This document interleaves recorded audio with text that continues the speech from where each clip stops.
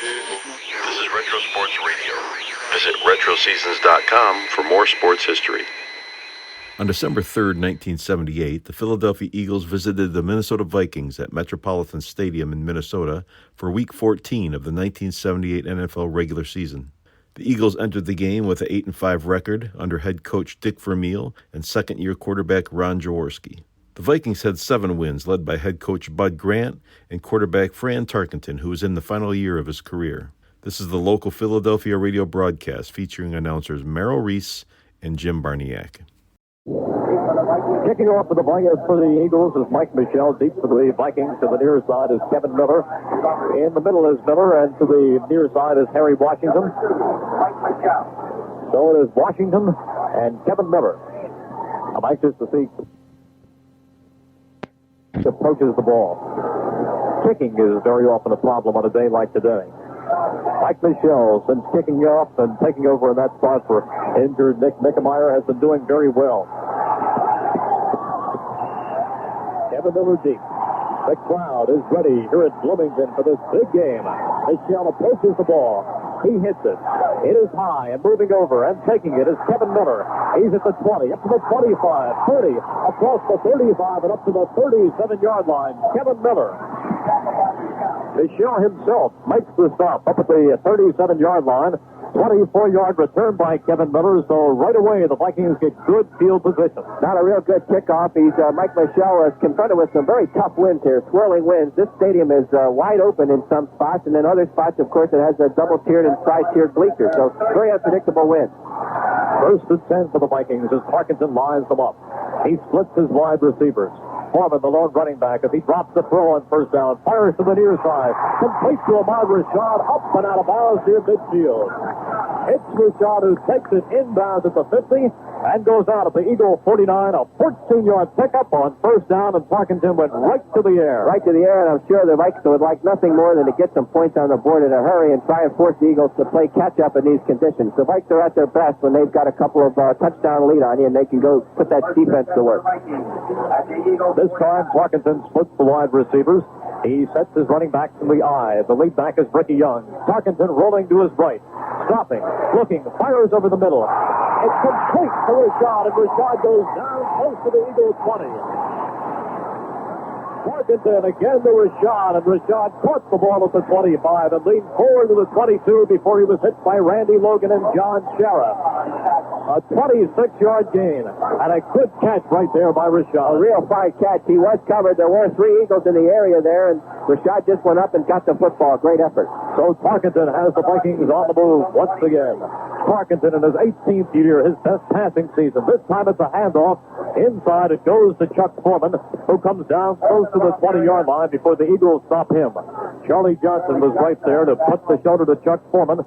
A pickup of very little, maybe a yard and a half or 2 on the carry, but that's about all. Interesting to note on that last forward pass, Fran Tarkenton scrambling, rolling out a little bit to the right, had the option of running, had plenty of clear field, but elected not to do it. Second down and a long 7. The ball on the Eagles' 20-yard line. This time Tarkenton sets both wide receivers left.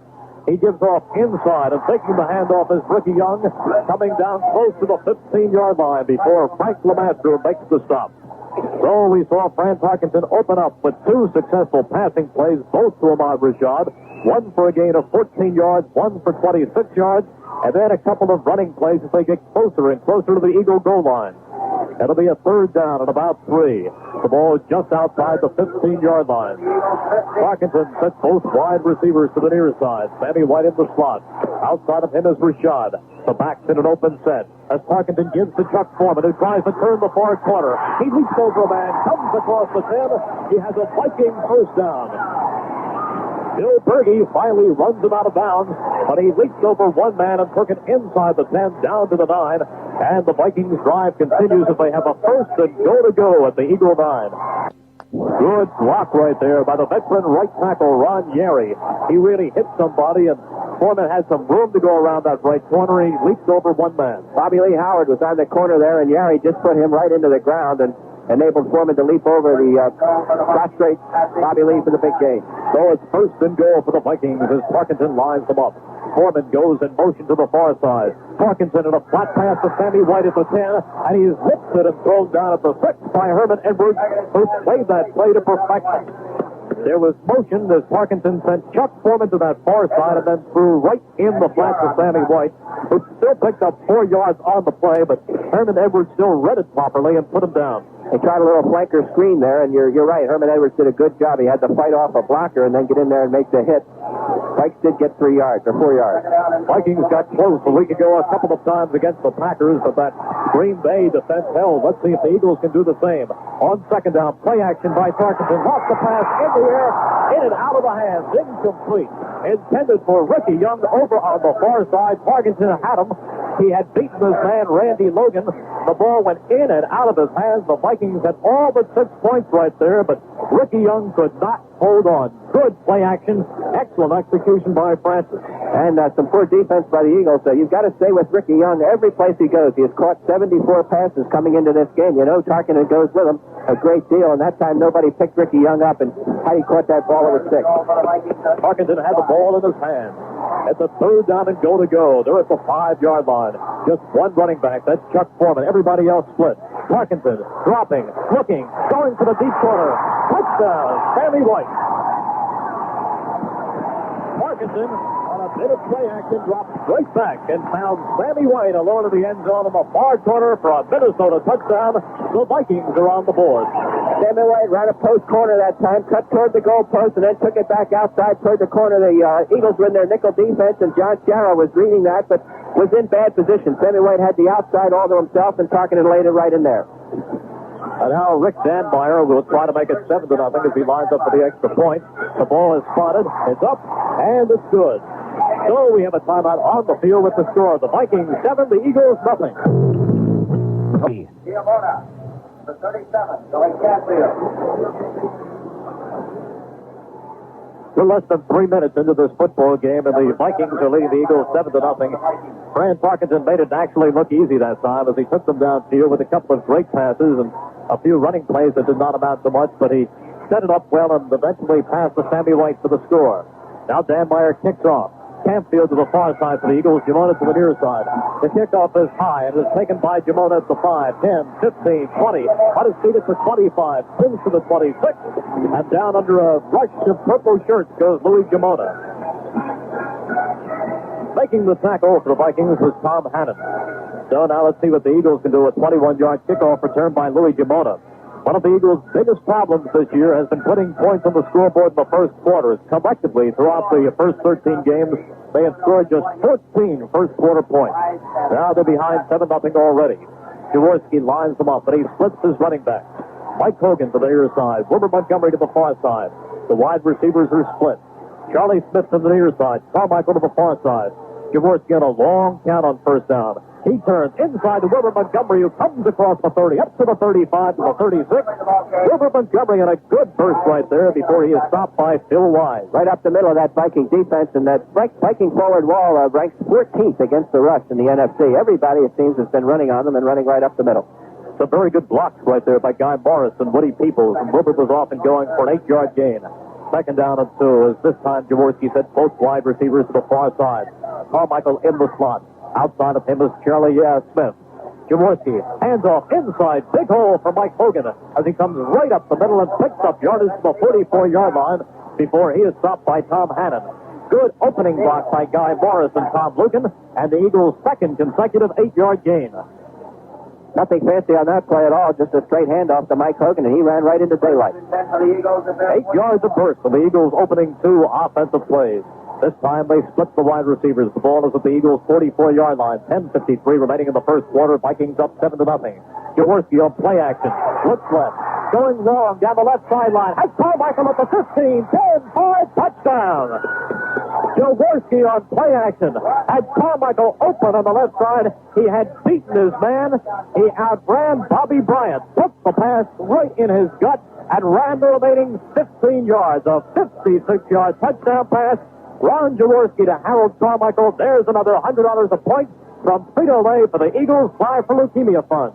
Tom Hannon, the free safety there, the only guy with a chance, took a swat at the football, hoping to knock it down and missed it, and he went sailing right out of bounds, lost his footing. Harold Carmichael caught the ball and had nothing but clear sailing. This is so uncharacteristic of the Eagles. 7-7 already here. All right, here's the extra point, and it's up, and it's good. There's a timeout on the field with the score 7-7. We have a 7-7 game here in Bloomington, Minnesota. Kicking off for the Eagles, Mike Michel. Deep for the Vikings, Kevin Miller to the middle, Harry Washington to the far side, and Robert Miller to the near side. Well, the bomb did it. 56-yard touchdown pass. Ron Jaworski to Harold Carmichael. Here is the whistle, and here is the kickoff. It is high, but it is short. And it is taken by Harry Washington at the 20. Washington to the 25, up to the 30, and up to the 35-yard line. So again, the Vikings will get decent field position. Again, Mike Michel kicking into a swirling type wind here and not getting very much on it. The Vikes are again outside their own 30-yard line. Excellent field position for them. That's the thing. You have got to contain them on these kickoff returns, and it didn't happen right there. The first time they took over at their 37-yard line, and Parkinson went to work in the air, and this time they will take over at the 35-yard line. A 7-7 game, though, as Jaworski threw a perfect strike to Harold Carmichael. This time, Parkinson leads them up again with only one man in the backfield. Play action. He wants to throw. He goes with the bomb down the near side to Rashad. He drops it. Rashad had it. They're going to throw the flag and call pass interference. Pass interference is going to be thrown against Herman Edwards. The ball was in the air, and I got the feeling, looking at it, that Herman Edwards had hit Rashad. Nothing was called at that moment. Then, a second or two later, the ball came down, hit Rashad in the hands, and then Herman Edwards cleanly hit Rashad. But the pass interference, I think, Jim, will be called actually before the touching of the football took place. Number 46, defense, first up. Kind of an act of desperation that time by Herman Edwards. He was beaten by Rashad. Rashad had about 5 yards on him and was in position to catch the ball and take it in all the way. Watch the fireworks here early. 39-yard game right there, but the flag went down. It was a late flag. He took his time throwing that flag. Did not throw it, actually, until the ball had been missed. All right, first down for the Vikings. They're at the Eagle 25. Hand off to Chuck Foreman, who comes off right tackle, picks up maybe 2 or 3 yards before Carl Harrison and Frank Lemaster makes the stop. But he is close to the Eagle 20. All right, here's some scores. Merrill, the Los Angeles Rams 10, and the New York Giants 7 in the second period. The Cincinnati Bengals 10, Atlanta 7 in the second period. San Francisco 3, New Orleans nothing in the first period. Miami 6, Washington nothing in the second period. Second down and 6. The Eagles, though, they have to tighten that pass defense. That is the area that Fran Parkinson is taking advantages of right now. He wants to throw again. Fires to the near side. Complete to Rashad, who steps away from one man at the 15 and goes down at the 13, but he has another first down. Rashad, a good job right there. Went up between Herman Edwards and John Shara and took the pass that was thrown high, came down, faked around one man and went forward inside the 15. He has another Viking first down. So we're seeing a lot of movement offensively so far today. And the Eagles knew that very play was coming. Herman Edwards gambled for the interception, almost got it. The ball was thrown quite high, and Rashad is excellent at going up in the air and coming down with a football. He did score a touchdown in that manner against the Packers last week. Yes, he did. 8-yard gain, so it's a 1st and 10 for the Vikings. They're at the Eagle 14. Again, it is Foreman, the lone setback. A pass in the flat. It goes out to Foreman, who takes it and dives forward close to the 10-yard line. Foreman comes out and takes that pass in the flat. Took it at the 16, and he moved down to the 11-yard line before Bobby Lee Howard made the stop. For the pickup on the play of about 4 yards. Ball just at about the 11-yard line. Parkinson putting the ball in the air. People here in Minnesota could not understand why a week ago he tried to run so much. Going into that final moment against the Green Bay Packers, Parkinson had thrown but 22 times, had run the ball a lot, but today he is going to the air. He's back. He's looking. Fires over the middle. The pass is complete to Bob Tucker at the 10-yard line, but a flag goes back. Flag goes down back at about the 16.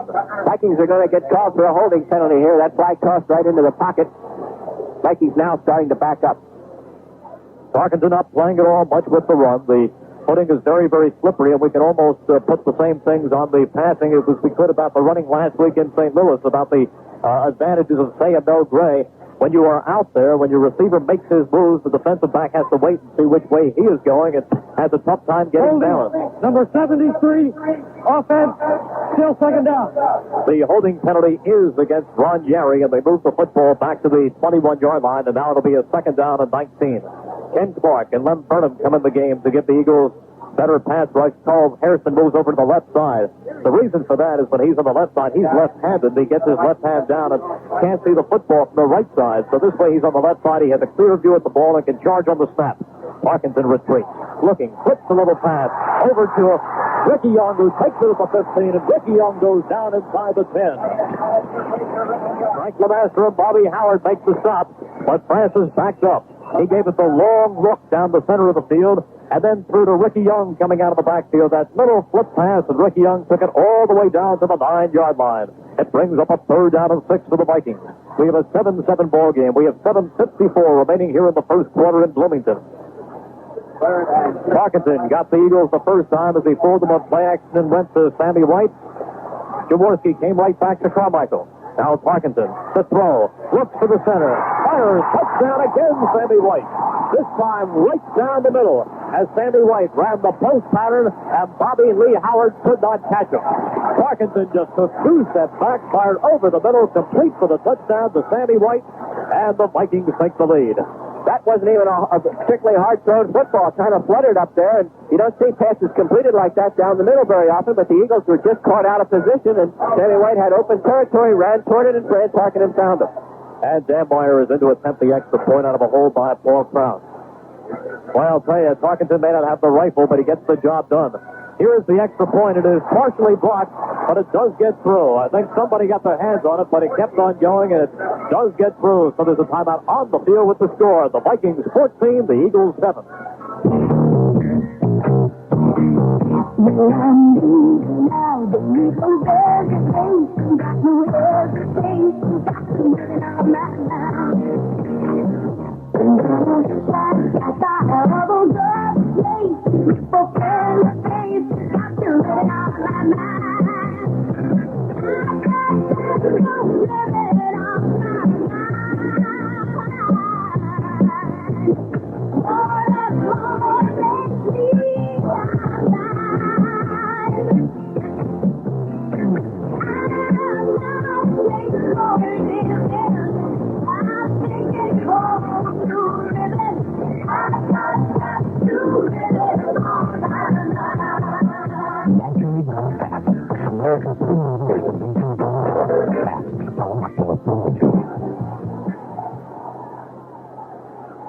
Back at Metropolitan Stadium, we have a 14-7 game. The Vikings on top of the Eagles, but 7:37 remaining in an action-packed first quarter. A lot of offense. A lot of footballs being put in the air. Dan Meyer to kick off to the far side for the Eagles is Billy Campfield to the near side. Louis Gemona. Here is the kickoff. Coming up and taking it is Campfield at the 5 to the 10, 15, 20. Campfield hits across the 25 and goes down at about the 26 or 27. And it is Tom Hannon making the stop. So it is from the 27-yard line, a 20-yard kickoff return by Billy Campfield, for which Jaworski will line up the offense and try to go back to work. Eagles looked early on their first 2 running plays. They handed the ball off, one to Montgomery, and he went for 8. The second time went off to Hogan, he went for 8. And then came the 56-yard strike to Harold Carmichael. So far, the Eagles in 3 offensive plays have done well, but they're down 14-7. Jaworski lines them up and sends both wide receivers to the far side. Starts his running back to the eye. Shows motion to the near side. Is coming across is Charlie Smith. Handoff goes off the left side to Wilbur Montgomery, who comes up across the 30-yard line up to about the 31. And all that excitement in Harold Carmichael's TD pass a few moments ago, that was the 94th straight game in which he has caught a pass, and he has now moved into 3rd place on the all-time list. He went by Don Hudson. 96, Lance Allworth, the next milestone. Well, we may see Jaworski go to him a lot this afternoon. Bobby Bryant could have some trouble back there in the corner. Just trouble getting the footing. Carmichael this time out to the far side. Charlie Smith in the slot to the left. The running backs are split. Second down and 6. Handoff goes inside to Hogan, and he gets very little as he comes across the 30, and then the Vikings throw him back. Led by Doug Sutherland, 9-year veteran out of Superior State in Wisconsin, and Matt Blair, the left linebacker. So not much right there. It'll bring up a 3rd down and 4 for the Eagles. We have 6 minutes and 41 seconds remaining to be played here in the first quarter. Minnesota with more points today already than they scored all last week in that 10-10 game against the Packers. The Vikings go to the nickel defense as they put in the extra defensive back. 3rd down and 4 for the Birds. They split the running back.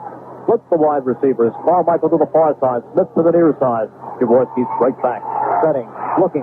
Fires over the middle. Completes to Rich Osborne. But he is shy of the first down at the 35. Jaworski split everybody out. And then on that little crossing pattern through to his tight end, Rich Osborne, who picked up only 2 yards. And the Eagles will have to punt. Any Don Hudson fans out there, I apologize. Don has 95 straight, and I beg your pardon, Harold Carmichael has not gone into 3rd place. He is 94 straight. Don Hudson, 95. The lone deep man for the Minnesota Vikings is Kevin Miller. He will await the Mike Michel punt at his own 28-yard line. The snap by Dennis Franks. Michel gets it off. It is high, and it is a good punt. It is taken by Miller. It is 25. Tries to get away from one Eagle. Rolls to the near side of the field. To the 25. He's finally hemmed in at the 30 and dropped at the 32-yard line. Kevin Miller did an awful lot of running that time, but most of it was lateral, and one Eagle appears to be hurt. I believe it is Rich Osborne was the man who made the stop at the 32-yard line, but there is an injured Eagle on the play. There is a timeout on the field with the score. The Vikings 14, the Eagles 7. A very important pickup, Trucks. Guess which one is the one? You guessed it. Dotson.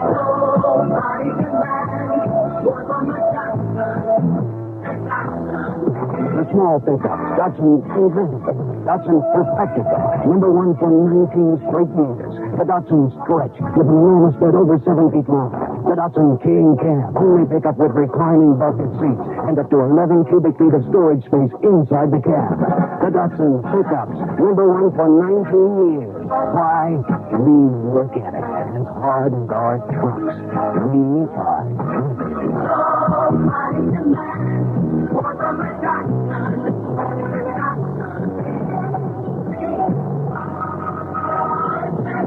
See and drive America's number 1 pickups at your Datsun dealer.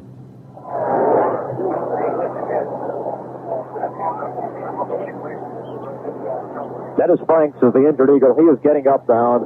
He's walking off the field. Right now, let's pause 10 seconds for station identification. Ken Garland plays your song, WIC News, Merrill Lee Sports, the Go Patrol, and the exclusive Finkel forecast, 6 to 10 a.m. on 610 WIC, Philadelphia. Dennis Franks is walking off the field with Eagles trainers Otho Davis and Ron O'Neill, and he apparently is all right. He's walking off under his own power, and he has no limp, so apparently he just had the wind knocked out of him. Eagles secondary has had the wind knocked out of them so far by the Vikings air game.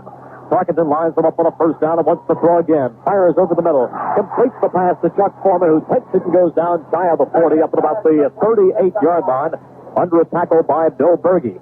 But so far, Parkinson has been throwing at will. He's been moving the ball very well through the air against the Eagles, and that's why the Vikings are on top 14-7.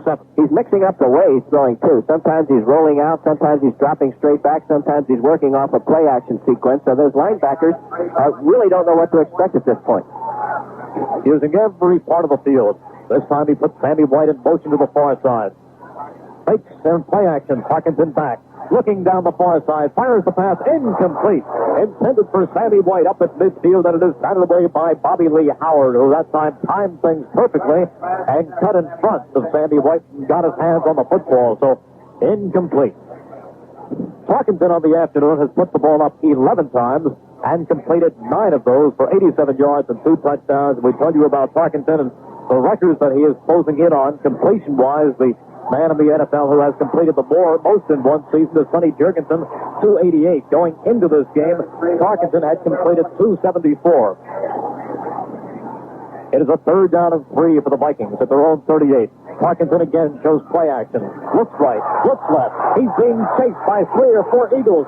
Finally flips the pass away, and let's see, they do not throw a flag. The Eagles are yelling. The Eagles are screaming that there was intentional grounding as Parkinson was running right and running left and finding nobody. Reggie Wilkes was in hot pursuit, but Parkinson somehow managed to get enough balance to throw the ball forward in the zone of somebody, and he gets out of that danger, and now the Vikings will have to punt. Well, they had him back there 15 yards behind the line of scrimmage, and you're right. Somehow Fran Tarkenton got that ball airborne, and there was a Viking coming back into the pattern who was reasonably close, and the veteran gets away with one.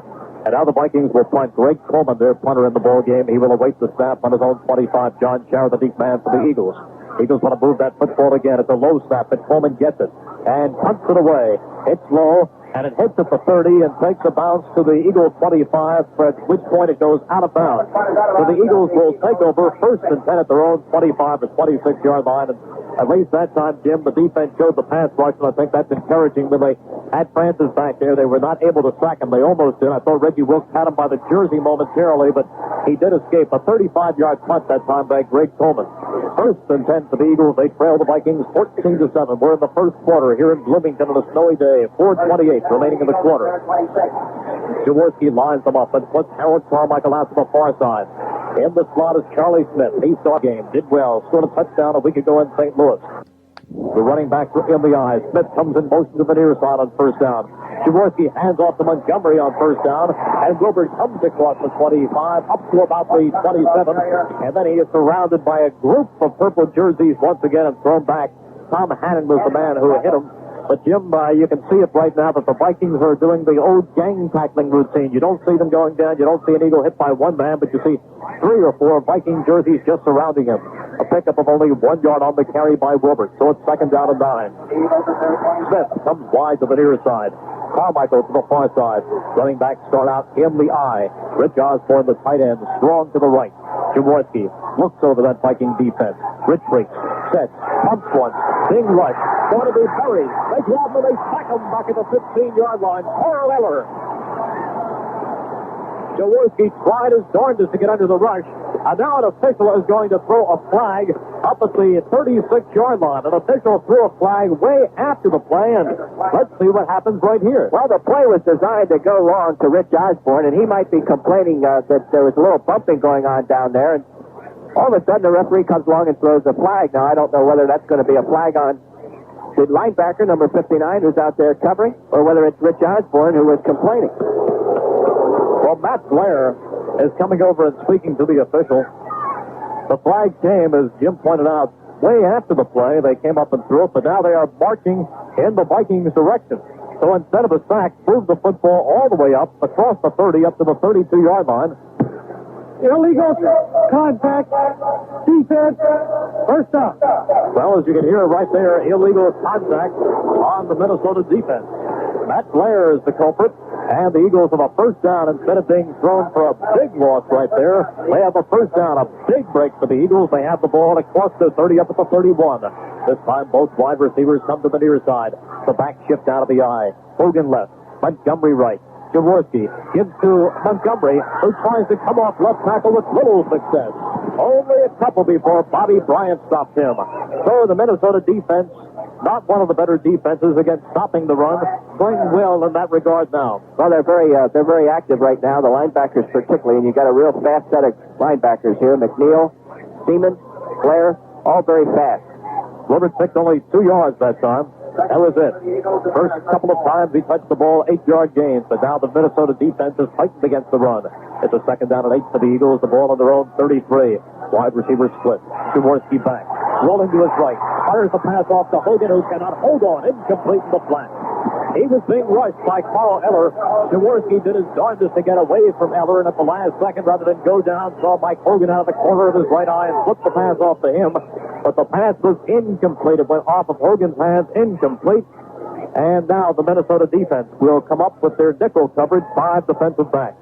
Jaworski has thrown 3 passes so far this afternoon, completed 2 of them for a total of 58 yards, 56 of them coming on 1 scoring strike to Howard Carmichael. It is 3rd down and 8. The Eagles go with 3 wide receivers.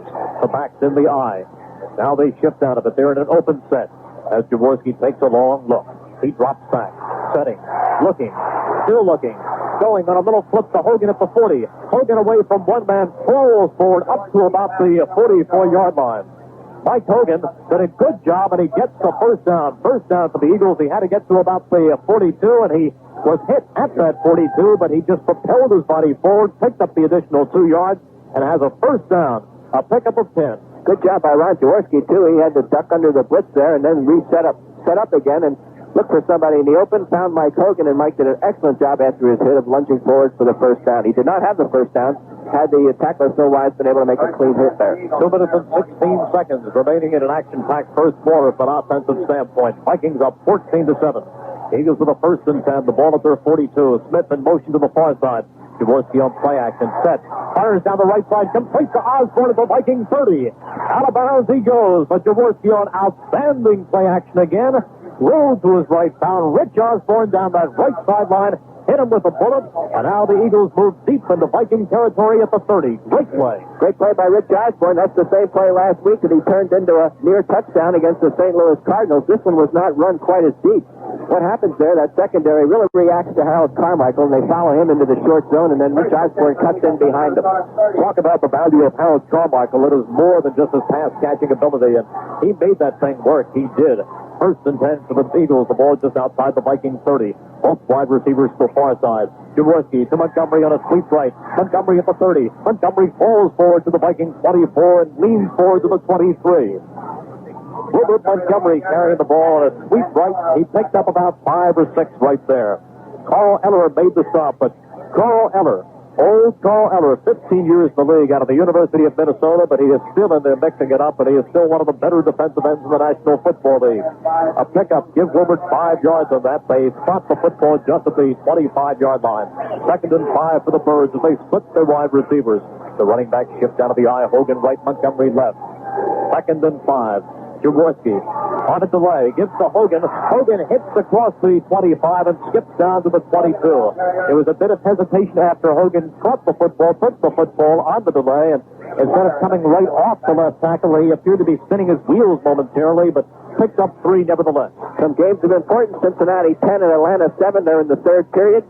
Miami 6 and Washington nothing. They're also in the third period. 17 for Green Bay, 7 for Tampa, also in the third. We're in the final 12 seconds of the first quarter. And now the Eagles will go with 2 tight ends as they bring Bill Larson in. Harold Carmichael lines up as a wing right. The running backs are split on the 3rd down and 2. Jaworski to Montgomery off left tackle. He has the first down across the 20 and down to the 18. So Montgomery right there. A pickup of 5 yards and an Eagle first down.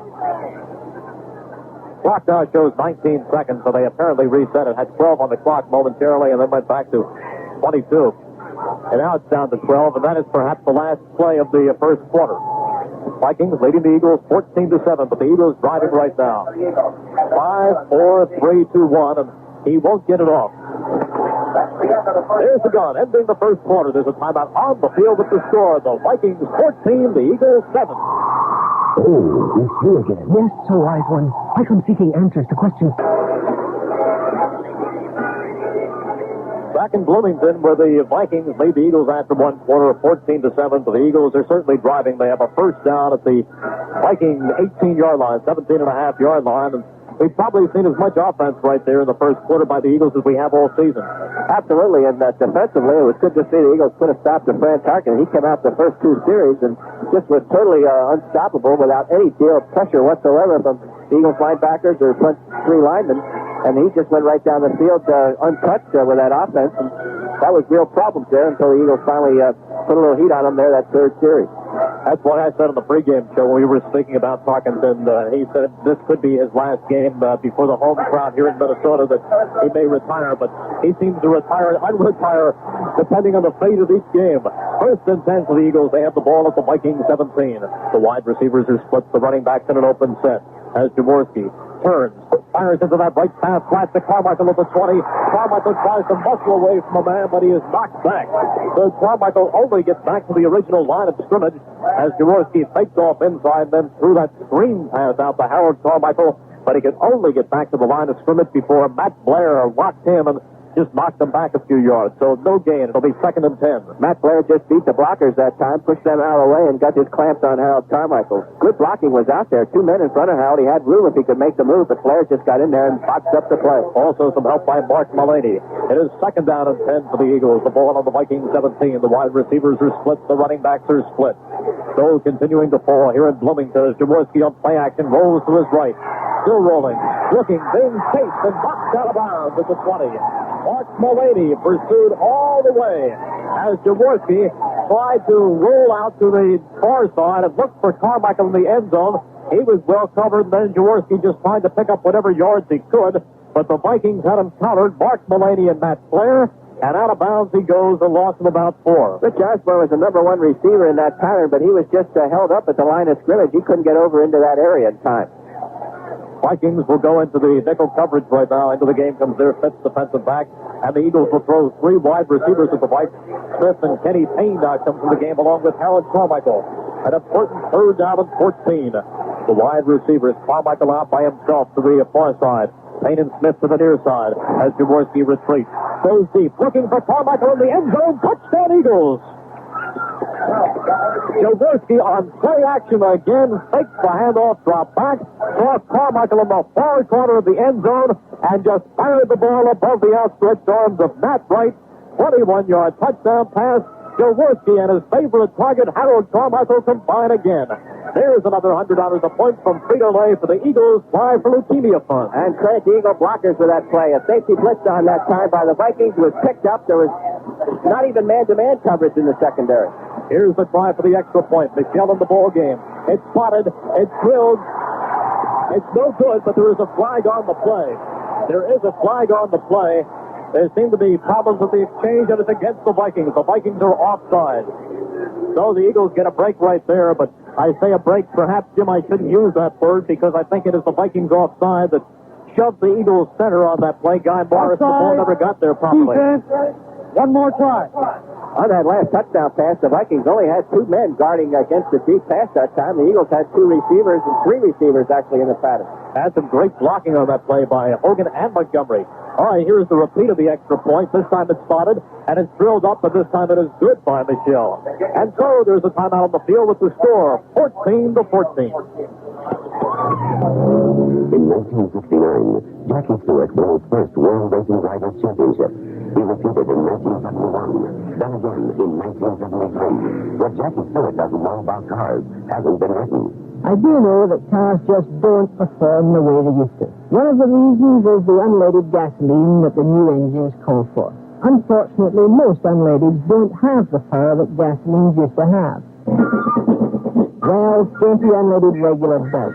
Delivers the kind of power you got from gasoline before they took the lead out. 20 unleaded regular actually delivers more power than most other major unleaded. As an ex-racing driver, that appeals to me. And while 20 unleaded regular delivers more power, it costs less than most other major unleaded. I don't know how Getty does it. As a Scotsman, that really appeals to me. Getty Unleaded Regular. More power for less money. We've got a cold day here, but we've got a hot football game. Here we are in the second quarter. It is 14-14. Both Parkinson and Jaworski with a couple of touchdown passes to their favorite wide receivers. Parkinson went to Sammy White twice, and Jaworski did the same to Harold Carmichael. Kicking off is Mike Michelle, and deep for the Vikings. To the middle is Kevin Miller. To the far side is Harry Washington, and to the near side is Robert Miller. So a couple of Millers and Harry Washington back there. A 5-yard penalty is being assessed against the Vikings, who were offsides again on the extra point. So Michelle kicks off from the 40. It is high and not particularly deep. Taken by Robert Miller at the 10, to the 15, to the 20, and across the 25 up to the 26 and 27 before Billy Campfield makes the stop. So that time, Jim, it wasn't a matter of great distance by Mike Michelle on the kickoff, but he did get the ball high into the air to give the special teamers a chance to get down there and contain the Vikings, not let them get up to the 35 or 36. Also got it into the hands of Robert Miller, who is not nearly as agile and as quick as the deep backs, and he was unable to get as much yardage upfield. Number 38, kicking team, 5-yard penalty, kick again. Well, as you can hear, there is an offside this time against Larry Barnes of the Eagles, one of the special teamers, and they're going to move it back. So now he'll kick off from the 35, where he would have under normal circumstances in the first place. Vikings like to take their chances. Setting it up with Kevin Miller, he'll be the man in the middle.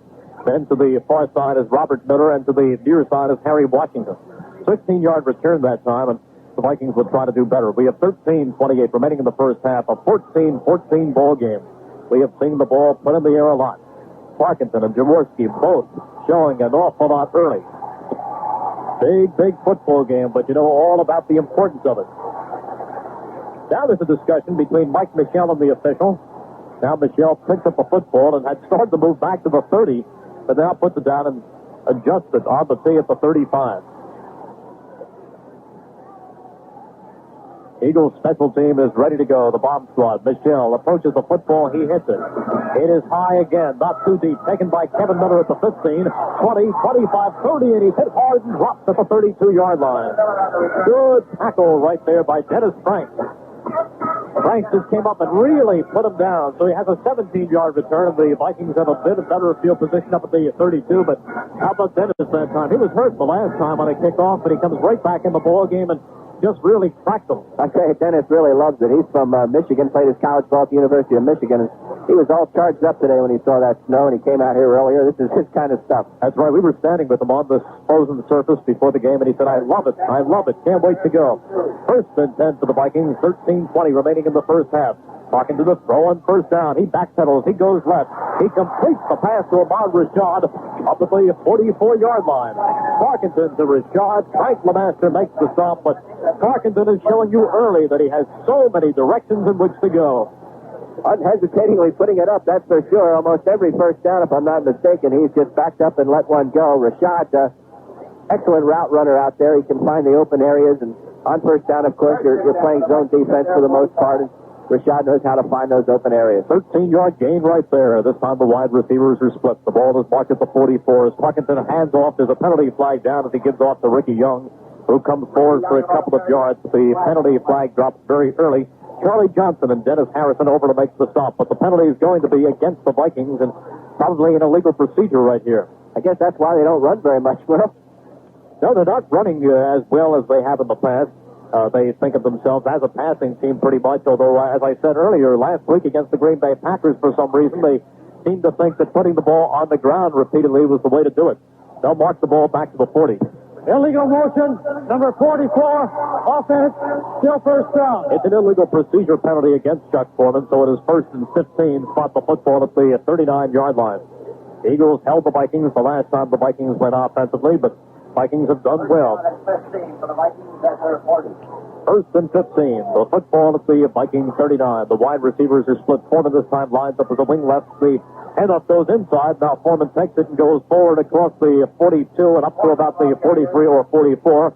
And Carl Harrison and Bill Berge make the stop. Miami on top of Washington 13-0 now. They're in the third period. Green Bay in the third period 17-7 over Tampa Bay. The Jets 14-0 over Baltimore in the third. Cincinnati 10 and Atlanta 7 in the third.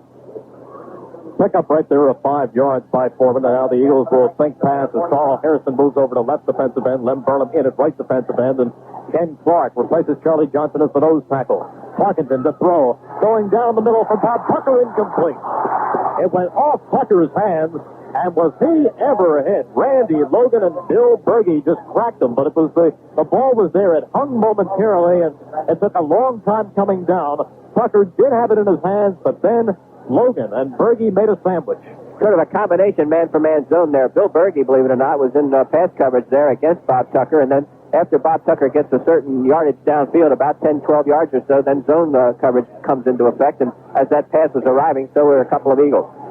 When you're hit by those two, and if you're hit by either one of them, you're going to feel it on Monday morning, and Tucker will sting for a while. This time he lines up strong right.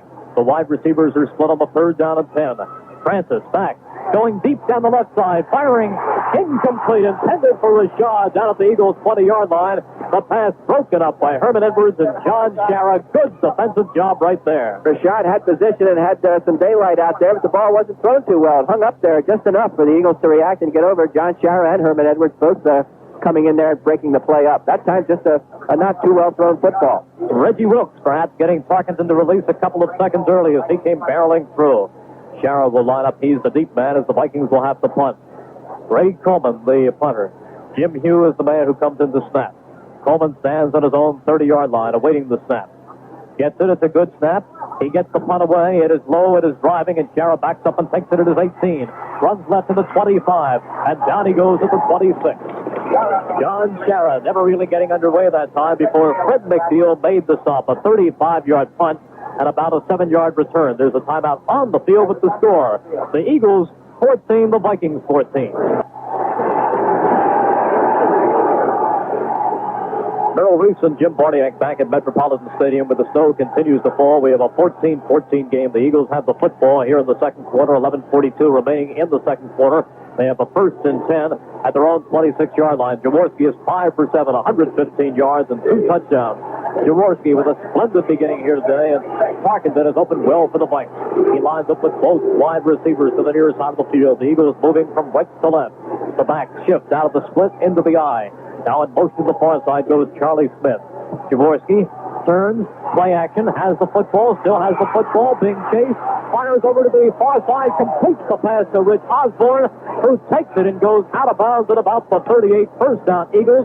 He was not the primary receiver, he was the secondary receiver, probably the third man he looked for, but Rich Osborne had cleared, and he took the pass and picked up a first down. Mark Mulaney in and left defensive end for Carl Eller, who's leaving the field, as a matter of fact. Must have suffered some kind of injury. Mark Mulaney had good chance of really dumping Ron Jaworski then, but Ron pump faked and ducked under him and got the extra time, and there was Richie Osborne all by himself. Good job by Jaworski and by Osborne, who had cleared away from his original pattern and just got clear. 1st and 10 for the Eagles. They have the ball up close to their 40. The backs in the eye. Both wide receivers over on the far side. This time the handoff goes inside to Wilbur Montgomery, who doesn't get much. He comes across the 40 up to about the 42 or 43-yard line. Right in the center of the field, Doug Sutherland makes the stop. A pickup on the play of about 3 yards by Wilbur. We have a 14-14 game. We have 11 minutes and 16 seconds remaining here in the first half. All 4 touchdowns through the air. 2 from Parkinson to Sammy White. 2 from Jaworski to Harold Carmichael. Second down and 7 for the Birds. Carmichael lines up wide to the near side. Smith to the far side. The running backs are open. This time Jaworski uses a long call. He retreats again with play action. Setting, looking, fires the pass. Incomplete. Richie Osborne was looking over his left shoulder. He tried to look back over his right shoulder, and as he turned, he lost his balance. But he was open at the Vikings 35-yard line, and there was a bit of a mix-up in communication between Jaworski and Rich Osborne, and the pass play just never clicked. But he was out there, and he was in the clear, and Jaworski just didn't hit him.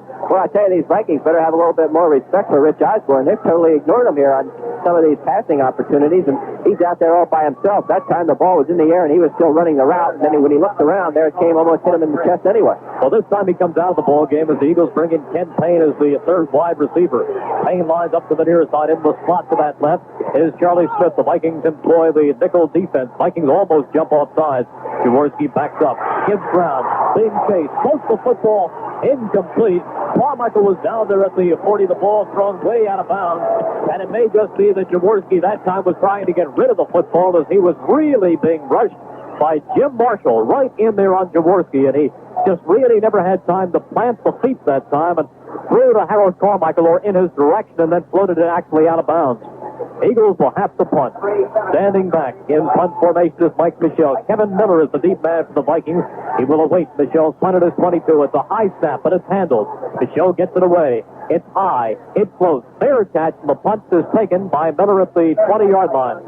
So again, a good job by Mike Michel, who hits the crowd and causes a fair catch. A 36-yard punt. Not great distance, but no run back. Right now, let's pause 10 seconds for station identification. When the Eagles aren't playing, we're playing the best of the 50s, 60s, and 70s. 610 WIP, Metro Media Radio, Philadelphia. We play your songs. Vikings have the football, and now they try to get to work. But I think, Jim, we have to feel a bit more encouraged after the past few defensive series by the Eagles. They had a lot of problems early as Parkinson really picked that secondary apart. But in their last couple of series, they've adjusted. Of course, what they like to do, too, right here is force some kind of turnover. This is the deepest the Vikings have been in their own territory. They've been operating with great field position outside the 30-yard line for the most part. They're right at the 21 right now, setting up. The Eagles love, of course, to force some kind of turnover. And when you're throwing the ball as much as Fran Tarkenton throws it, you're going to have to throw an interception once in a while. He's thrown a great deal in his career, 260 as a matter of fact. That's a lot of interceptions. Yeah, well, he's had his share of interceptions this year, as a matter of fact. He has been intercepted 22 times. Last week against the Packers, he threw 4 of them, which hurt. So perhaps the Eagles can pick off one of these wobblers. Tarkenton has thrown well, but he does not have the rifle arm to get the ball there on a line. And That kind of pass sometimes leads itself to being intercepted. Let's see what happens. This time he sets both wide receivers over to the near side. In the slot is Sammy White. Outside of him is Rashad. The back's in an open set. The handoff goes inside. Good running room for Chuck Foreman, who comes off left tackle all the way up to the 30-yard line, maybe to the 31 or 32 before Frank LeMaster makes the stop. If you get the defense thinking pass enough, that's going to happen. You can give them that passing look and then open up a hole in the middle, and that's what happened is Chuck Foreman came forward for a gain of 9 yards. A second down and 1, and then they take a long look at it, and they look and say he has the 10. Makes the first down by, I guess, about the nose of the football, so a first down for the Vikings across the 30, make it the 32-yard line. First and 10 for the Vikings. We have 10-12 remaining in the first half of a 14-14 game. Wide receivers line up to the far side. The backs start out in the eye as Parkinson turns, gives off inside the Foreman that time, and he is banged right down. He is knocked down by the Eagles, who thought for a moment they had jarred the football loose, but it came after the whistle. Charlie Johnson made the stop. That kind of a little simple draw play. They've been faking that draw and running and passing off of a pass action sequence throughout most of this first period and early parts of the second. That time they gave it to the ball carrier. He got stacked up. There was a loose ball there, but they're going to rule it was dead. That's exactly right. It'll be about a second down and 13, second 13 and a half. Both the wide receivers come over to the far side. Now Ricky Young comes out to the near side. The handoff again up the middle to Chuck Foreman, who cracks across the 30 and comes up to the 35 and 36. Chuck Foreman on the delay. He had Ricky Young spread out as a wide receiver on the right side. His normal wide receivers over on the left side, but the handoff went inside, and Berge finally made the stop. But there was a pickup right there at 6. Cincinnati Bengals playing tough, 16-7 now over Atlanta, third period. So a lot of things seem to be working out for the Eagles on the scoreboard-wise, but the most important score is right here, and they are tied with the Vikings 14-14. Now on a 3rd and 4, the Eagles get their better pass rushing team in with Ken Clark and Lem Burnham. Parkinson back. Floats the pass to the far side, has a receiver, completes the pass to Ricky Young, but there is a flag down at the 40-yard line. Drew Mahalik is the man defending, who forced Young out of bounds, but there is a flag on the play. Lem Burnham doing a little yelling down there like, hey, somebody's got a hold of me in there. And that's, I think, is going to be the call. You know, the Eagles got those mufflers on their shirts today, and they're very easy to stick your hand in there and hold the guy back. It is against the Vikings, and Billy Warndell points out that it's against Frank Myers. So they will step off a holding penalty against the Minnesota Vikings, and instead of a first down, they will have a 3rd and long. Eagles have their best pass rushing team in there. Lem Burnham, he is the healthiest he's probably been all number season. 74, offense, 3rd down. Holding penalty officially called, and Frank Myers, as usual, Billy Warndell on the ball, or on the man holding the ball. 3rd down and 14. 8 minutes and 41 seconds remaining to be played here in the first half. It's 14-14. Sammy White comes out to the near side. Rashad out to the far side. Tucker lines up strong right. On a quick count, Parkinson rolls right. Puts the ball in the air, and the pass is incomplete. It is dropped by Sammy White at the 40-yard line, and the Vikings fans are furious. Bobby Lee Howard is over there, and they wanted an interference call, but that ball hung again. It hung again, and the Eagles had a chance to react. Bobby Lee Howard did a neat little move that time. He jumped right over the back of Sammy White and came down on the other side and knocked the ball around. So it's 8 minutes and 36 seconds remaining in this first half, and the Vikings will have to punt. Backing up in punt formation. Ray Coleman deep for the Eagles. John Shara, he will await the punt at the 38. Jim Hugh to snap. Takes a long time now gets it off. And the punt is away. It is high and it is floating, and Shara backs up. Takes the punt at his 34, to the 35, to the 40, and John Shara is finally dropped at the 42-yard line by Jim Huff, the center. But he did a good job right there, picking up those 6 or 7 yards on the very high punt, 39-yard punt. Eric Johnson was coming that time. That was about as long a count, Jim, as I'll see for getting a punt away, but I guess that's the old trick of trying to get the defense off sides that time and pick up some additional yards. But the Eagles do take over the football. They will have it across their 40-yard line up at the 42. First and 10 with 8 minutes and 25 seconds remaining to be played here in the first half of a 14-14 game. And what's it look like around the rest of the league?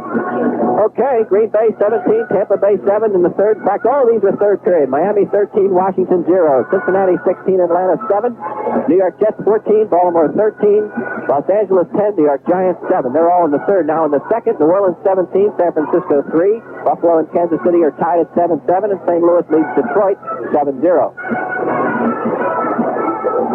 Make that 10-10 now as the New York Giants at 3 points. 10-10, Rams Giants. You know, it's interesting that this weather, as cold as it is, they've expected a high today of about 21 or 22 degrees. It's not as uncomfortable as it was last week in St. Louis, where you had that raw rain and that dampness that kind of just seeped through to your bones. Here it's just cold, but it's very dry, and it really isn't that bad for watching a football game. It's cold enough, believe me. That's easy for you to say. I'm looking at a bunch of people sitting down here to my right who are sitting in 10 inches of snow. They did not clear the stands out. There's 10 inches of snow on the seats and on the runways between the seats, and these people are with their feet stuck right in the snow. But they're all happy, and there are very few no-shows here in Minnesota, and the crowd is whooping it up and enjoying a good offensive show here in the first half. First and 10 to the Eagles. They have the ball at their own 42. Wide receiver split, running back split, hand up inside to Mike Hogan, who gets a block at the 45 and comes forward to the 48.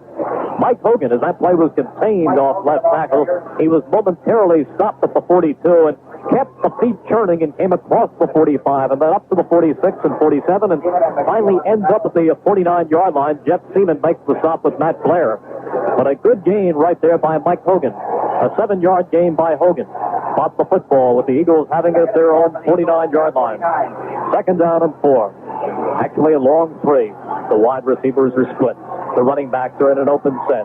The running game really not going too much. It's been all through the air. Jaworski gives off to Wilbur Montgomery, who cracks off right tackle, comes across the mid-stripe, and may get down to about the 48 or 47, and he is very close to a first down.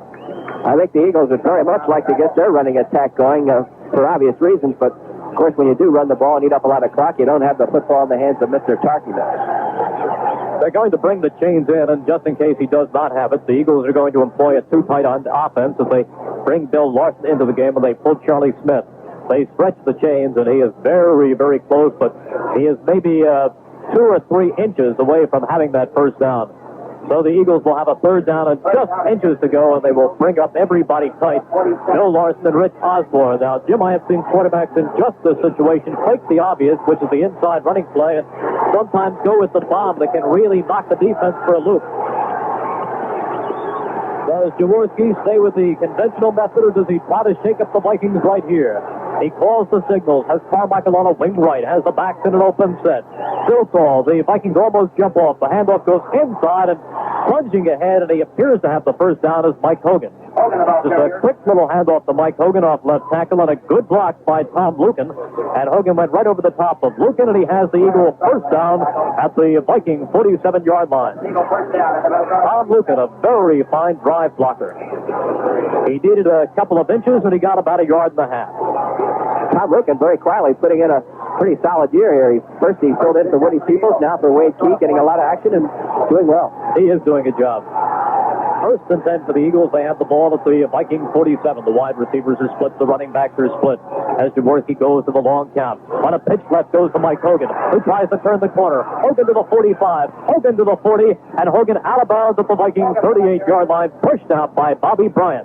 But a good block that time by little Wilbur Montgomery. And also downfield, Harold Carmichael. He was tying up one of the secondary people there, Phil Wise, and he kept him off the play and enabled Hogan to turn the corner and get about 5 more yards. Don't underestimate that facet of Harold Carmichael's play. Never do and never will. You look at the wide receivers in the National Football League. First of all, few of them have his size, but very, very few of them actually like to block, and Harold enjoys doing it. He thinks it's a very important part of this game, and it is. It's a first down for the Eagles. The ball now at the 36-yard line as Jaworski lines them up. Fumbles the football on the snap and then falls on it and falls forward to about the 36-yard line. So Jaworski on the second down play, I beg your pardon, had the snap fumbled and then just fell forward, and the football ends up in the possession of Jaworski and the Eagles and down at about the 36-yard line. They're going to take a measurement right here. He needed about 1.5 yards, and on the second down play, they will stretch the chains and take a look. And how about that? Jaworski picked up a first down, so he fumbled the football on the snap and then recovered it and picked up about 2 yards in the forward direction. So it's a first down. The clock continues to tick. We have 6:36 remaining in the half. It is a 1st and 10 for the Eagles. Spot the football at the 36-yard line, a 14-14 game. So now the Eagles making the ground game start to operate. They break from the huddle. Carmichael comes wide to the near side. Charlie Smith out to the far side. The running back in the eye. 1st and 10 for the Birds. They're at the Viking 36. Jaworski on a pitch right to Montgomery, who cuts inside at the 35. Montgomery at the 30. 25, 20, 15, 10, 5. Touchdown Montgomery. There are no flags on the play, and Eagles touchdown as Wilbur Montgomery took the pitch, went to the outside, cut back inside behind, blocked by Woody Peoples and Jerry Sizemore, and ran 36 yards for the touchdown. There is another $100 a point from Frito-Lay for the Eagles Fly for Leukemia Fund. Boy, I'll tell you, how many times have we said what a delight it would be to see Wilbur Montgomery break in the open field because nobody's ever going to get him. That time, Wilbur just made a precise cut that faked out about 11 Vikings. They were pursuing so well that they all took themselves out of position. Here's the extra point. The ball is spotted, and Michelle boots it up and boots it perfectly. So the Eagles now lead the Minnesota Vikings 21-14, and now it'll be the Vikings' turn to have to play come from behind. Vikings got off to a good start in this ball game, and I'll tell you, the signs were ominous for the Eagles very early. When on the Vikings' first possession, it was Parkinson to Rashad, and then Parkinson to Sammy White for a couple, and ultimately Sammy White taking a 5-yard Parkinson touchdown pass. But then the Eagles said, the heck with that. They came right back, and they opened with a couple of 8-yard running plays, and then Jaworski dropped back, and he spotted Harold Carmichael, and he hit him with a bullet down the left side of the field, and Harold took that for a 56-yard touchdown pass. But then it was Parkinson's turn, and he came back and brought the Vikings downfield and culminated that drive on a 9-yard touchdown pass to Sammy White to go up 14-7. But in the second quarter, Jaworski to Carmichael for 1 touchdown. That made it 14-14, and now we just saw a 36-yard picture gallop by Wilbur Montgomery, and the Birds are up 21-14. All right, don't underestimate the little quarterback for the Vikings. 6 minutes and 1 second left here in the second period. He can take you downfield in about 2 minutes flat. He seems just when you think he's starting to slow down or suffer or not putting enough on the ball, he all of a sudden comes to life. Perfect example last week against the Green Bay Packers when he had a terrible 3 periods and a sensational 4th. As long as they got him back there, no amount of points are too safe, Merrill.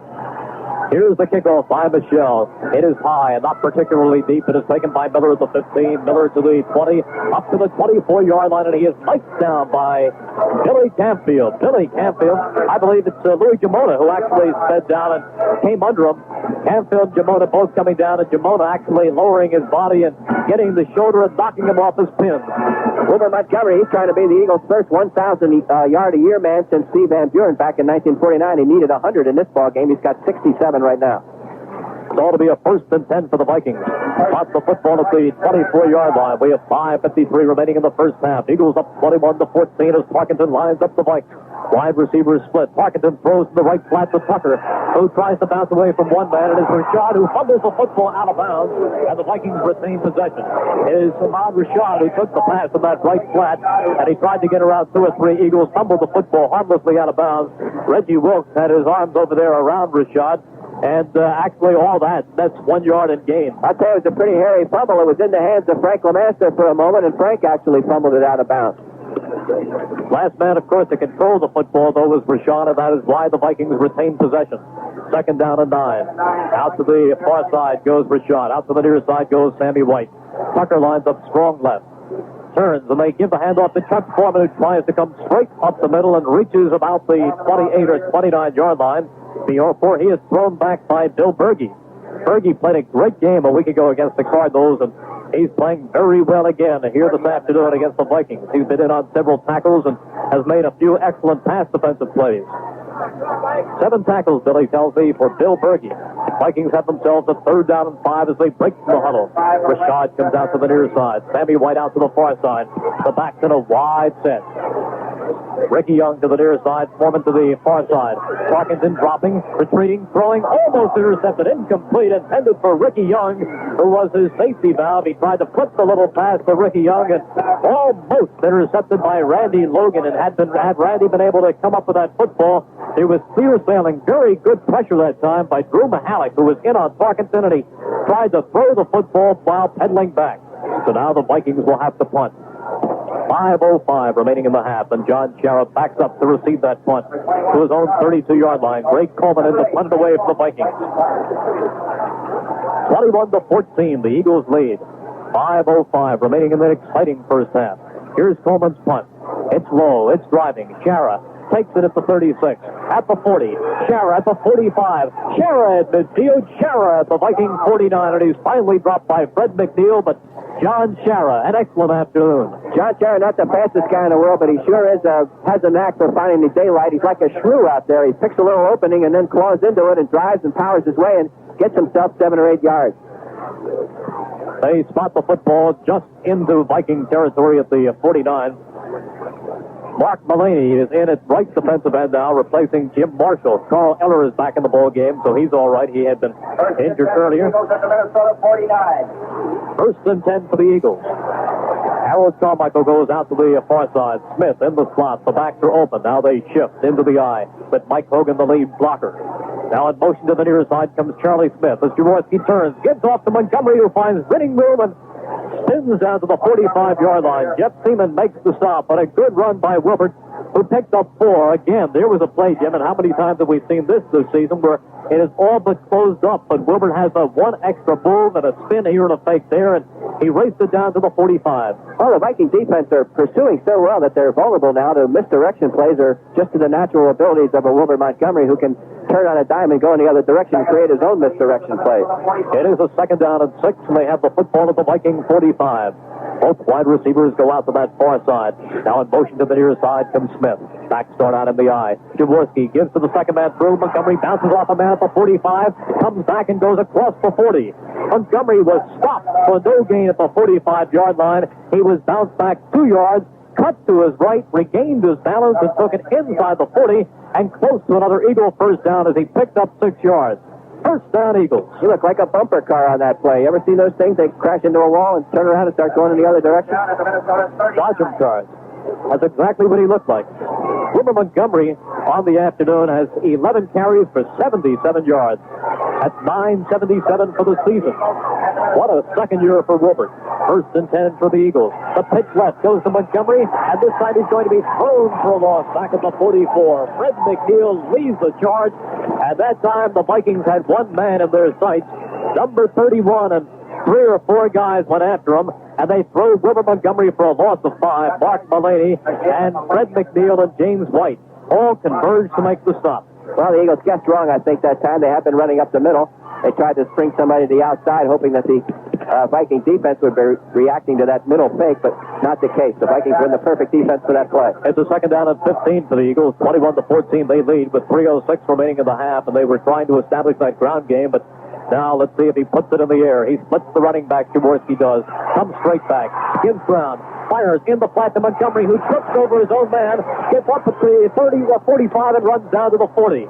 He actually tripped over Woody Peoples in that far flat at the 48-yard line, but he knew that since he had not been stopped by the Vikings, he just got up, and he picked up 8 additional yards down inside the 40 to the 39, and a total pickup for Montgomery of about 5 on the play. So right there, inadvertently, it was Woody Peoples who did the job of bringing down Wilbert Montgomery, but Wilbert still gained yardage.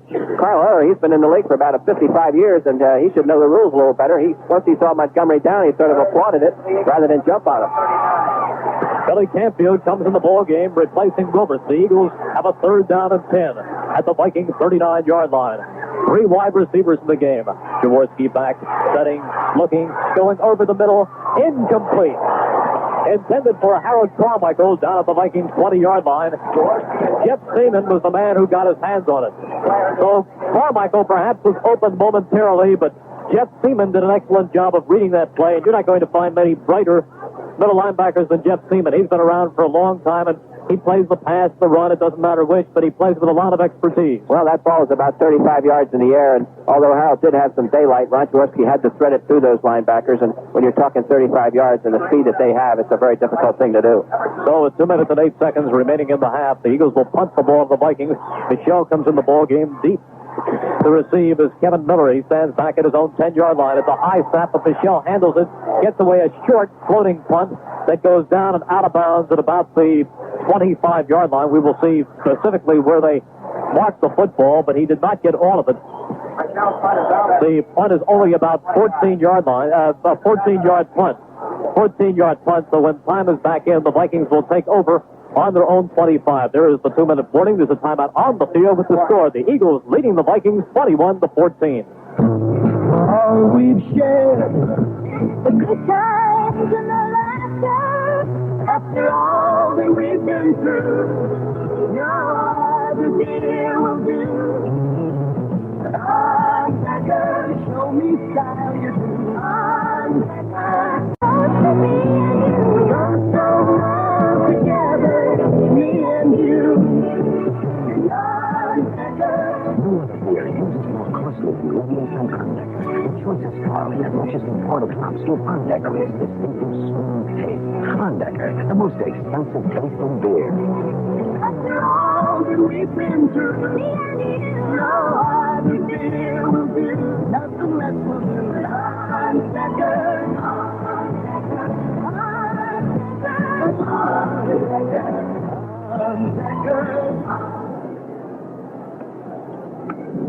For most of this season, it has been a matter of the offense trying to get enough points, and the defense does the job for the Eagles. But today, the Eagles' offense has put 21 first-half points on the board. Now the Vikings have the football. Tarkenton back, throws over to that far side, completes the pass to Bob Tucker, who takes it shy of the 30-yard line. His tight end at about the 28 and is knocked out of bounds by Reggie Wilkes right there. But we've seen a very, very effective first-half offense by the Eagles as they have put 21 points on that board. A couple of touchdown passes to Harold Carmichael on a 36-yard Wilbur Montgomery run. We have 1 minute and 55 seconds remaining in this first half. The Vikings have 14 points, both touchdowns have come through the air. Tarkenton to Sammy White both times. A pickup of 3 yards on that last play. It's a 2nd down and 7. Tarkenton with the ball at the 27. He retreats. He looks. He goes deep down the middle. The pass is intercepted. It is intercepted by Bobby Lee Howard.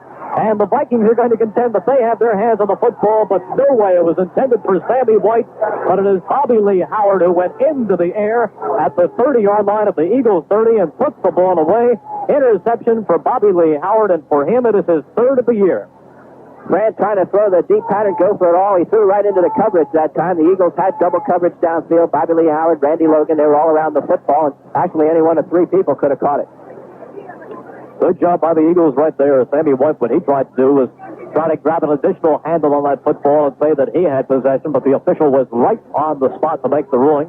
And now the Eagles take over 1st and 10, the ball on their own 30. The field becoming more snow-covered all the time. I have a feeling in that second half it'll be tough to see the yard markers. 1st and 10 for the Birds with just 1:43 remaining to be played. Carmichael out there on the far side with 1 man on him. The handoff goes to Wilbur Montgomery. It is not a smooth exchange, and he goes down at the line of scrimmage. That time, it was Ron Jaworski turning, giving to Wilbur Montgomery, and there was some misfooting right there. They slipped into each other, and the play went nowhere. Boy, there was a gaping hole, too, right up the middle. Guy Morris had really cleared out a big hole, and had there not been that breakdown back in the backfield, he would have been gone. Vikings call timeout right now as they'd like one more crack at the Eagles. Boy, I can't believe it. There's a band setting up to play in the snow down there. It's going to take about 2 weeks to get that saxophone off that kid's lip when he gets done playing here. It's about 12 degrees down there. Oh, are you kidding? They're such hardy people here. They're used to this. This is just a few flurries. 9, 10 inches. We can't see the cars, though, in the parking lot, and everybody's here. It just appears that there are very, very few no-shows. This is their kind of football weather, Jim, and I think they're very used to it. How about checking the scoreboard? I will. Cincinnati 23 and Atlanta 7 in the 3rd period. In the 4th period, Green Bay 17, Tampa Bay 7. Also in the 4th, Miami 16, Washington 0. Giants and Los Angeles Rams in the 4th tied at 10-10. The Jets ahead of Baltimore 21-16 in the 3rd. New Orleans 17, San Francisco 10 in the 2nd. 7-7, Buffalo, Kansas City in the 3rd. And St. Louis 7 and Detroit 0. in the second. And I can't believe that kid is going to play the saxophone down there. We have a minute and 31 seconds remaining to be played here in the first half. The Eagles on top of the Vikings, 21-14. They have a second down and 10, the ball at their own 30-yard line. And Carmichael lines up in that spot to the right. Charlie Smith outside of him, the back, in an open set. One of the Vikings almost comes offside.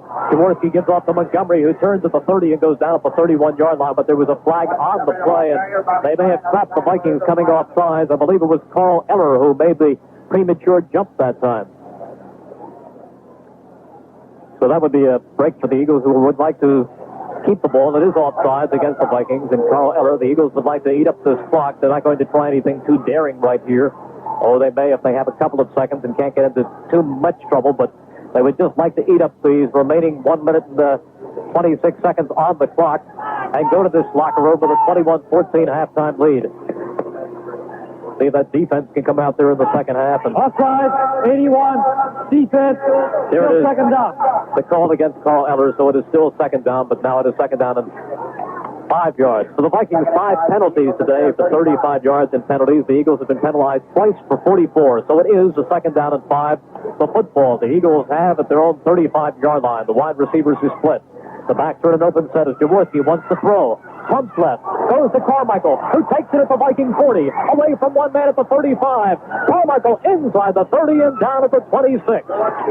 Jaworski had everybody thinking, run that time. He cleared Carmichael, who was having a magnificent afternoon, and took the football inside the Viking 30, down at the 28. First down for the Eagles, and now the Eagles call a timeout. I'll tell you, for the most part, Harold Carmichael's getting double coverage, but it doesn't seem to matter. He's able to beat that front guy, and then he just takes the deep man, the safety one-on-one, and he beats into an open territory. And that time with a little more speed, of course, Harold is gone, but he did fake his way clear and had nothing but clear sailing in front of him, but it's a little tough for the big guy to get some traction going, and the Vikings were able to react. But Eagles in great shape now, the ball at the 26-yard line, a minute and 17 on the clock, and the Eagles with 2 timeouts remaining. On the afternoon, Carmichael is just having a tremendous afternoon. He has caught 4 passes for 105 yards and 2 touchdowns, so the Vikings are having their problems with Harold Carmichael this afternoon. That doesn't make them special. A lot of teams have trouble with Harold Carmichael. The Eagles have a timeout right now. We have a minute and 17 seconds remaining in this first half. The Birds on top, 21-14. You know, Jim, there are a lot of postseason awards. One is the one in our city, the Maxwell Club Award, where they give the Burt Bell Award to the Pro Player of the Year, the NFL Player of the Year. And I'll tell you right now that my vote is going to go to Harold Carmichael, because I can't think of anybody who has had a better season than he has. Well, I said that the other night. You know, we looked who's the most valuable player in the National Football League this year, and he is certainly a contender. Just can't have a better season than big number 17. First and 10 for the Eagles. The ball at the 26-yard line. The back from the eye. The wide receivers are split. Jaworski on play action. Sets up. Looks. Fires to the far side. Incomplete. Intended for Rich Osborne down at the 12. So he fakes the handoff inside. He looks down the middle. Then he tried to go to Rich Osborne, who had run an out pattern over at about the 15-yard line, but Rich just about got his hands on it. Good coverage by the strong safety Phil Wise, who stayed with Osborne step for step. Another play action move there by Ron Jaworski enabled him to get a great deal of time. Once you stick that ball into Wilbert Montgomery's hands and he goes 36 yards with it, they gotta respect him every time, fake or no. And that's just what's happening here. It's a second down at 10. The clock shows 1:12 remaining, and I wouldn't be surprised to see him set them up for the pass and go back to Montgomery once again. Second down and 10 for the Eagles. Carmichael out to the near side this time. Smith out to the far side. Osborne strong right. Jaworski on play action. Setting. Going over the middle. Complete to Charlie Smith, who takes it in for a touchdown. Jaworski to Charlie Smith on a post pattern. He drilled it over the middle. Smith took it at the 5. He was hit at the 3 and went in. He beat Matt Wright for a touchdown. Nate Wright beaten on a 27-yard pass. Jaworski to Charlie Smith, and there is another $100 a point from Frito-Lay for the Eagles' Fly for Leukemia Fund. All right, there's a case of Charlie Smith being ignored the entire first half, and then you go to him. Bad tackling also by the Vikings that time. Here's the extra point attempt. Yeah, they could have stopped them at about the 5, but a good job by Charlie. Bad tackle by the Vikings. Here's the extra point, and it is blocked. It is no good, as the Vikings got in there and blocked the football. It was blocked by John Turner. Right now, let's pause 10 seconds for station identification.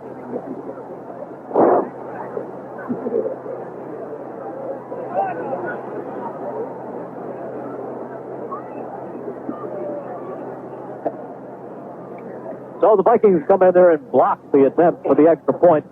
And the score is the Eagles 27 and the Vikings 14. 27-14. So the Vikings can come back and take the lead with 2 touchdowns. But the Eagles defense will sit around at halftime and listen to Coach Marion Campbell outlining some ways. And Chuck Lawson, the defensive line coach, and Fred Brody, who coaches the secondary. And these kind of people are going to try to stop any kind of Viking explosion in the second half. Eagles offense is explosive as it's been all season. Not as explosive, more explosive than it's been all season. 3 touchdown passes today for Ron Jaworski, 2 to Harold Carmichael, 1 to Charlie Smith, and a 36-yard run by Wilbur Montgomery. Mike Michel will kick off deep for the Vikings. In the middle, Kevin Miller.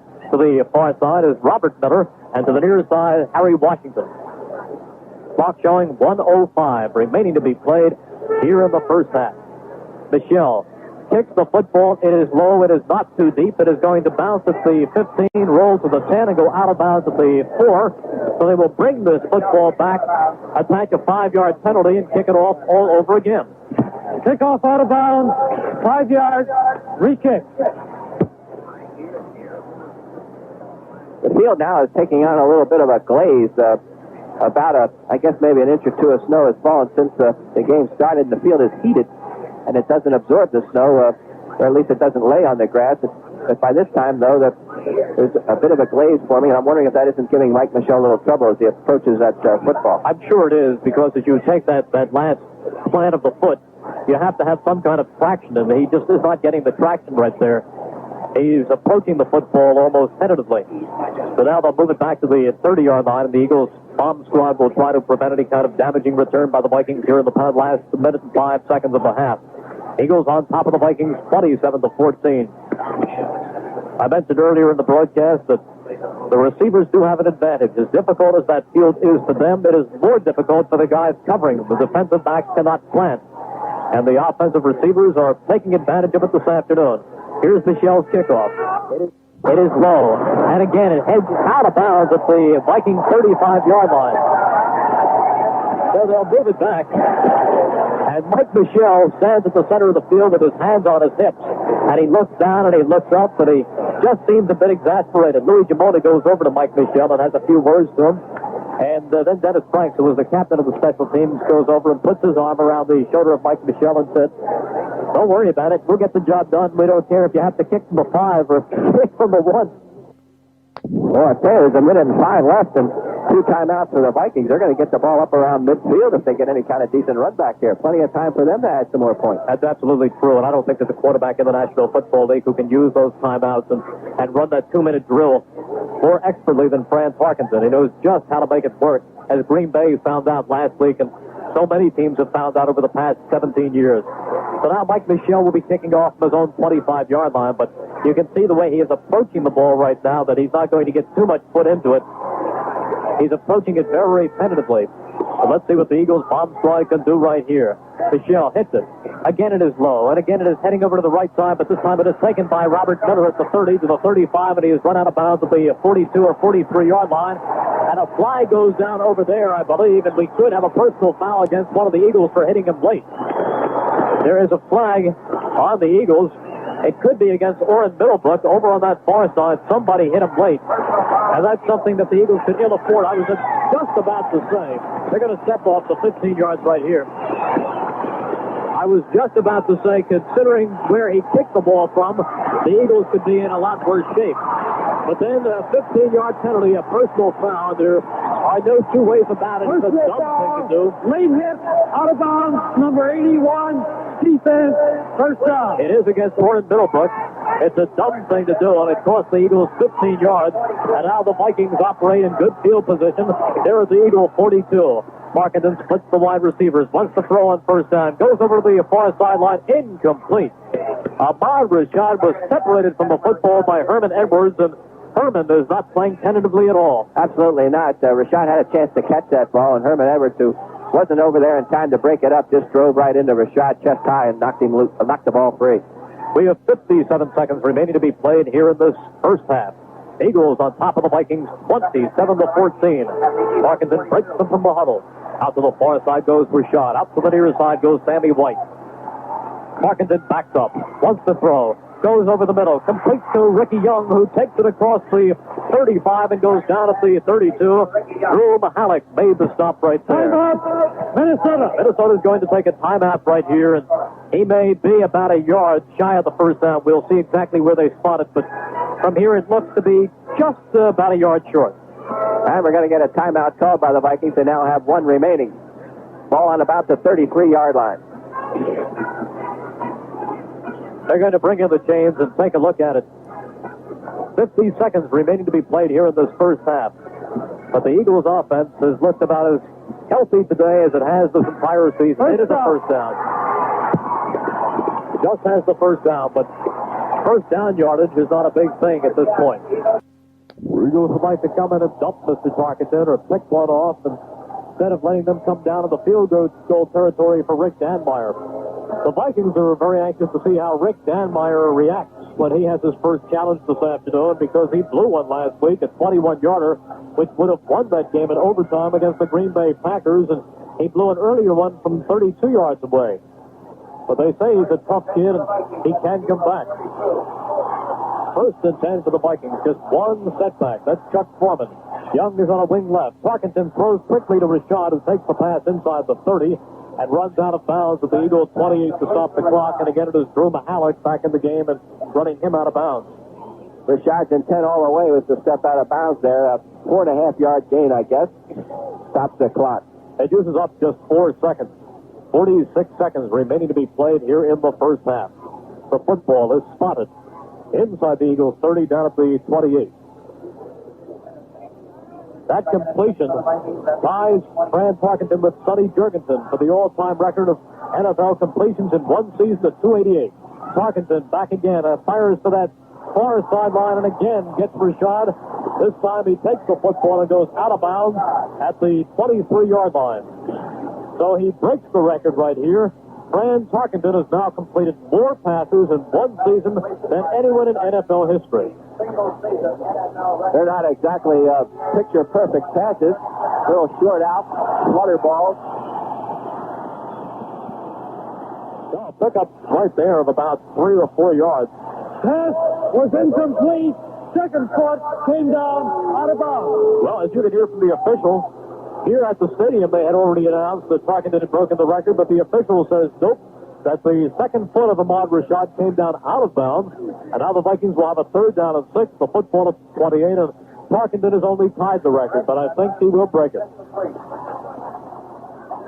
The Vikings splitting the wide receivers as Tarkenton goes back. Flips a little pass to Foreman at the 25, Foreman at the 20, and Foreman at the Eagle 18 for a first down, and there is the record. 31 seconds, Mike's lining up without a huddle. Here we go. And now it's down to 27 seconds remaining as Parkinson has 2 wide receivers over on the near side. He pumps one. He's going for the end zone. Incomplete.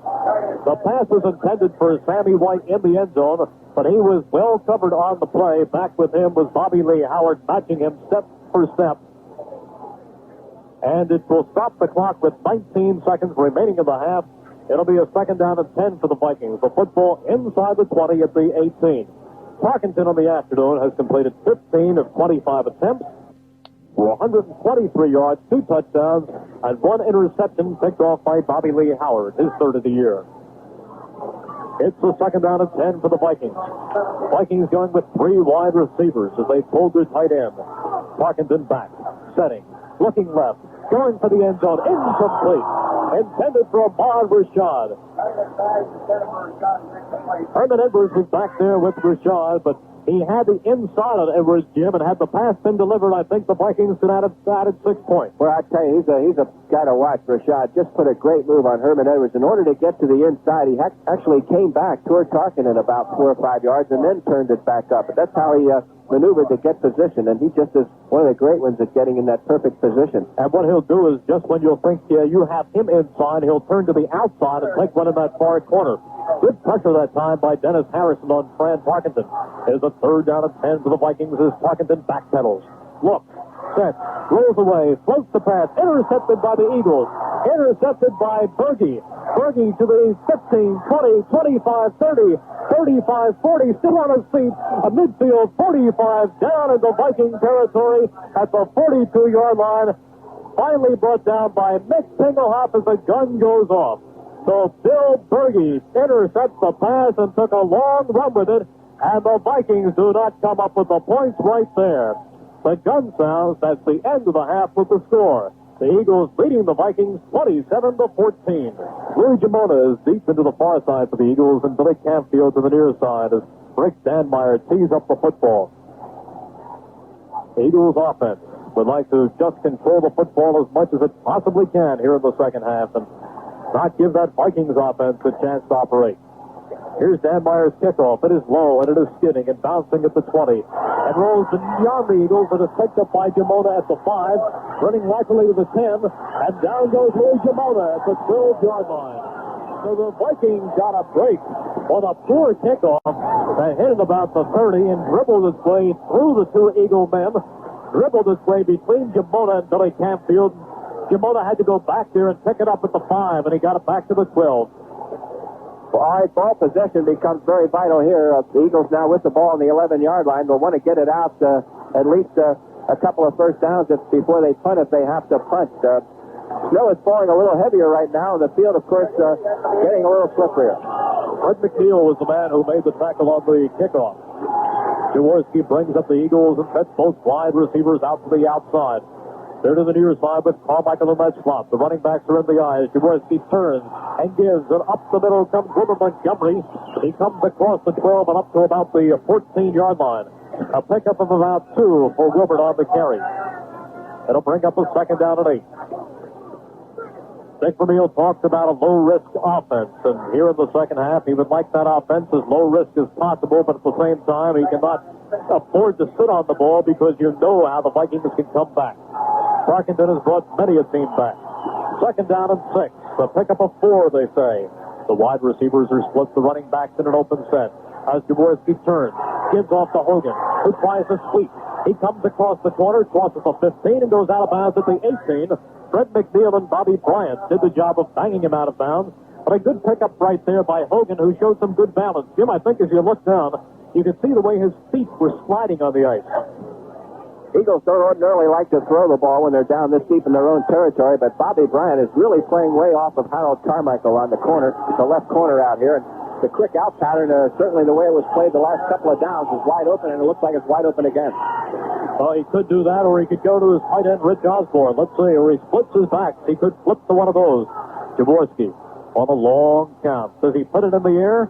He drops back. No, delay. Hand off to Montgomery, who comes across the 20.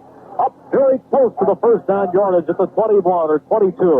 Let's see where they spot it. But Wilbur Montgomery took that delayed handoff and came upfield with the ball, and he is very, very close to an Eagle first down, close enough to bring him the change.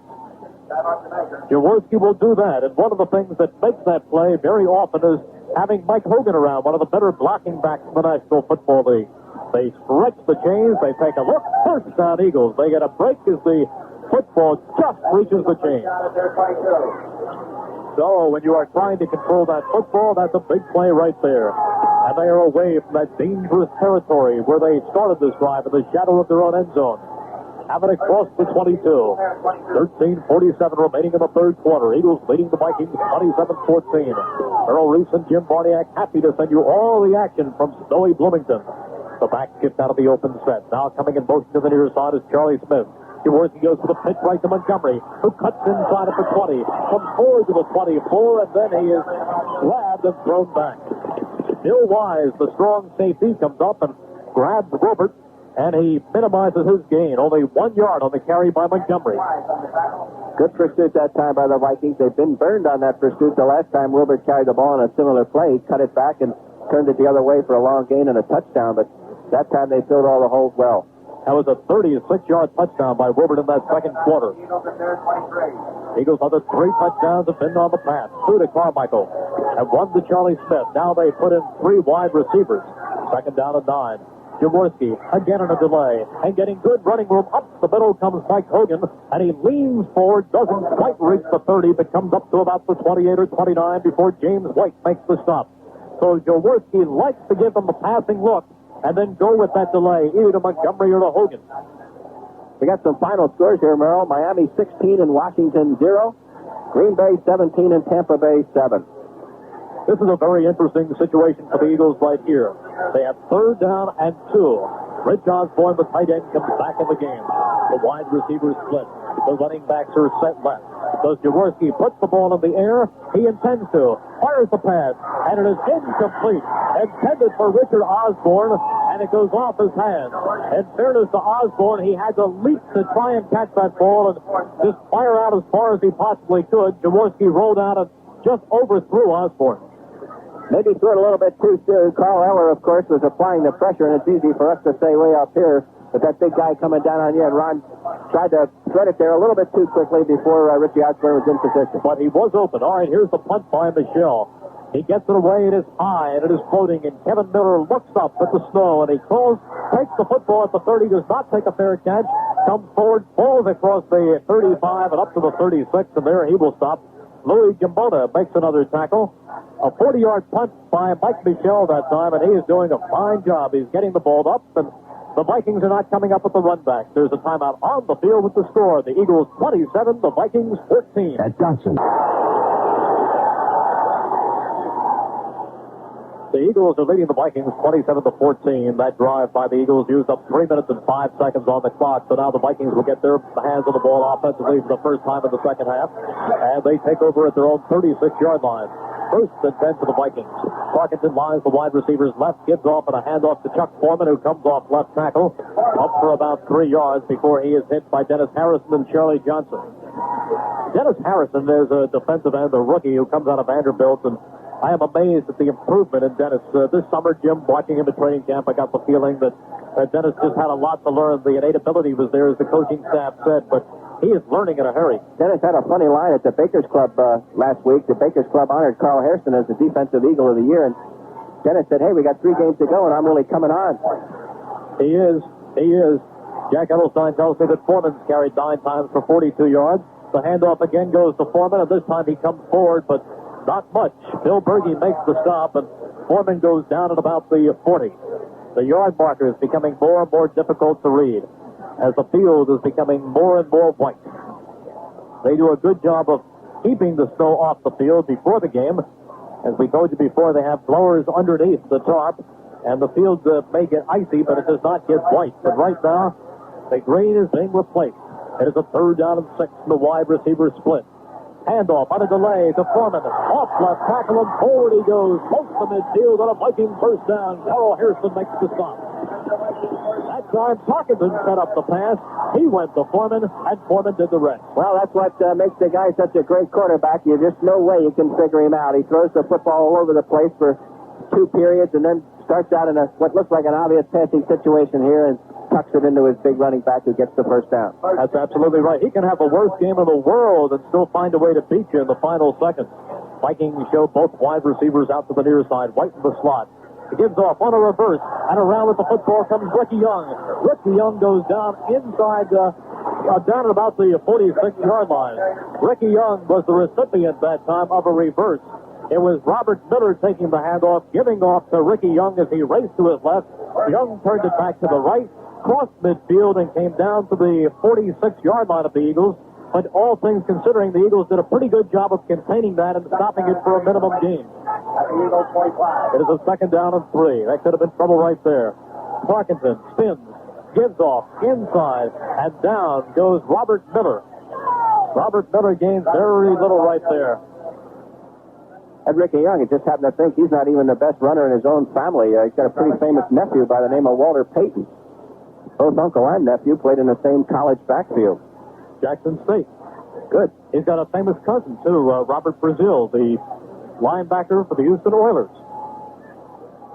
So Ricky Young, just one of the guys. No start treatment when the family gets together. 3rd down and 3. We're in the 3rd quarter. 8 minutes and 57 seconds remaining in that 3rd quarter. Eagles on top of the Vikings, 27-14. Vikings have the football at the Eagle 46. Parkinson fires in the flat. Gives to Miller. Miller at the 35 and down to the 40. Miller took it at the 45 and went down to the 40 and has the first down. Ken Clark makes the stop, but that time the play was well disguised. As Parkinson looked downfield, he pumped one that went out to Robert Miller in the flat, who took it at the 45 and went down to the 40. He is just inside the 40, actually, of the Eagle 39-yard line. And the Vikings have another first down. The clock now shows 8:18. Vikings mounting a drive. The last time at the end of the first half when they came close, it was Berge with a saving interception. The defense wants another big play as Parkinson on play action drops. Set, goes over the middle, incomplete. Excellent defensive play by Herman Edwards. The pass was intended on a post pattern to Ahmad Rashad, and Herman Edwards came up and struck out the arm and knocked down the football. Incomplete. That was about the only thing he could do. Rashad cut across the middle, had some room, and tucked his body down low, getting ready to receive the ball, and Herman Edwards came in from the rear, stuck his arm around, and poked it free. We spoke of Parkinson floating the ball earlier in the game. He did not float that one. He drilled the pass. But Herman Edwards did the job. It's a second down and 10 for the Vikings at the Eagles, 39. The wide receivers are split. And Parkinson drops. Still dropping. Fires over the middle. Complete to the tight end, Bob Tucker, who fumbles the football forward. The football is retained by the Vikings, Robert Miller, and down he goes to the 22-yard line. The pass was caught by Bob Tucker. He was hit. The ball popped out of his arms into the arms of Robert Miller, who took it down to the Eagle 22. A year ago, that probably would not have been legal, but this is 1978. It counts. The Vikings have a first down. They're at the Eagle 22. Had some good reaction, too, by the Eagles. That play, on that play, could have very easily, Mr. Miller could have trotted down there for a touchdown. Eagles go with 5 defensive backs, but this time it is a spinning handoff to Miller, and Miller comes to the 20, and maybe gets to the 19, but not much more before Charlie Johnson stops him right there. But the Vikings are moving the football. They picked up about 2. We have 7 minutes and 3 seconds remaining in the third quarter. Eagles leading the Vikings 27-14.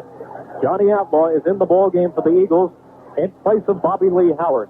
So it is Outlaw, Logan, Shara, and Edwards in the deep secondary for the Eagles. Bobby Lee Howard limps off.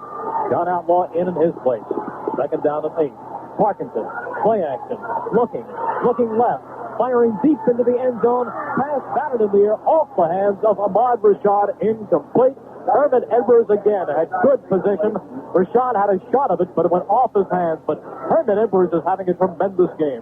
That time, Parkinson looked first to Rashad, then pumped the other way and wanted to go to Sammy White. Sammy White was covered by Johnny Outlaw as the Vikings tried to exploit Outlaw, who just came into the game. So back he goes to Rashad, and he just throws the ball high in the air, figuring that Ahmad can out-jump most people and catch the ball. But that time, Herman Edwards got up and blocked it. It's a big third date for the Vikings. Who pull Robert Miller and reinsert Ricky Young, and the snow continues to come harder. 3rd and 8. Parkinson back, setting, looking, fires the flat to Foreman, spins away from the man at the 20, 15, 10. Chuck Foreman down at the 8. Berge makes the stop, but Chuck Foreman takes the short pass, spins away from one man, cuts outside at the 15, and takes it down to the 8. First and goal for the Vikings. And a great call that time by Frank Tuck, and Drew Mihalik, the right corner linebacker, on a blitz that time. He just dumped it right over Drew's head into Chuck Foreman's hands, who had gone to that vacated area, and then just used his great athletic ability to work it downfield, and the snow is starting to come down much harder. Parkinson showing all the experience right now. First and goal to go for the Vikings at the Eagle 8. Gives off inside. It goes to Ricky Young, and he does not reach the 5. He goes down at about the 6-yard line, making the stop, Frank Lemaster and Charlie Johnson. A pickup on the play of only about, they say about 3.5 or 4 yards as they spot the football forward, checking where his forward progress came to an end. So they spotted at the 6-yard line. Second down and goal to go for the Vikings from the 6. 5:22 remaining in the third quarter. Eagles leading the Vikings 27-14. Parkinson rolling right, lobs the pass to Ricky Young. Touchdown! Parkinson to Ricky Young, and the Vikings score. Parkinson rolled to his right, kept pumping the arm, looking for Ricky Young. He looped the little pass. Young ran under it at the 2 and took it in. And now it's a 27-20 game. The Vikings come within 7, and they can come within 6 with the extra point right here. Dan Meyer in, Krause to hold. Up the snap.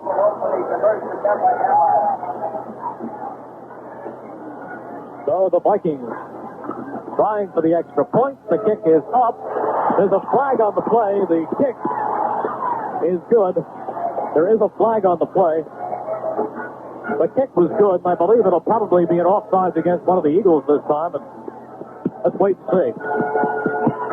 12 men on the field. He says the point is good. 5 yards on the kickoff. Well, it is 12 men on the field. The Eagles had 12 men on the field. I think they would have tried 14 if they could have gotten away with it, but they had 12 men on the field that time, so the kick is up. The kick is good. There's a timeout on the field with the score. The Eagles 27, the Vikings 21. Hi. The Vikings will kick off to the Eagles. Dan Meyer approaches the football. With the penalty tacked on, he kicks off from the 40. It is going deep. It is taken by Yamona at the 4, 10. Yamona at the 15. Yamona to the 20. And they finally bring the wiggling Louis Yamona down at the 25 or 26-yard line. Scott Studwell makes the stop, but they had Louis at about the 22, and all of a sudden, coming out from under a pile was Louis Yamona for an additional 4 yards. The Eagles will put the football in play, 1st and 10 at their own 26. A 22-yard return by Louis Yamona. But the Vikings are within a touchdown, and they take the lead. That extra point the Eagles missed just before the half could hurt. The Eagles leading the Vikings 27-21. Parkinson took them down on a tremendous drive. Now the Eagles back on offense with 5 minutes remaining in the third quarter. Jaworski splits the wide receivers. The running backs are at an eye. Now they shift out of it into a set right. In motion to the far side goes Charlie Smith as Jaworski turns and gives off. An off left tackle comes over Montgomery, and he crosses the 30 and comes up to about the 32-yard line. James White makes the stop. A good block by Tom Lucan, giving Wilbert some running room, and Wilbert picked up 6. So it's 2nd down and 4. 4:42 remaining to be played here in the third quarter. The snow, one moment it comes down hard, then it eases up for another. The field very, very icy. 2nd down and a long 4. Wide receiver split. Running back from the open set.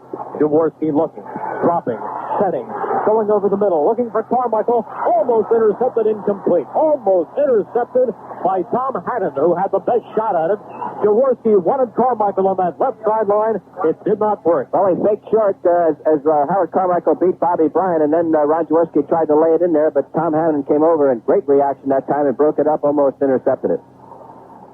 He had the angle on it, and to most effectively run that pass with Carmichael, you have to throw it up there a bit, and if it isn't thrown highly, the linebacker or the defensive back, or safety in this case, can come over and get that angle, and he did just that. A 3rd down and 5 for the Eagles. They have the ball at their own 31.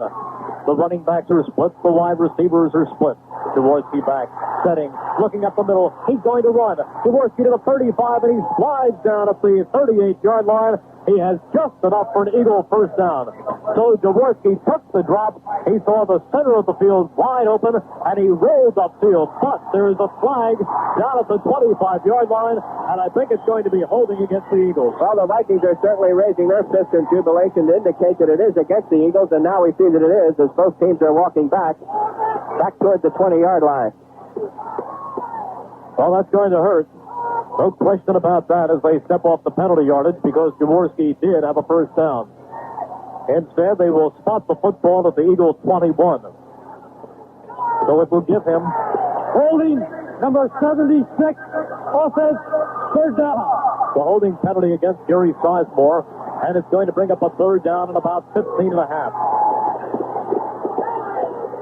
Has to get close to the 37-yard line.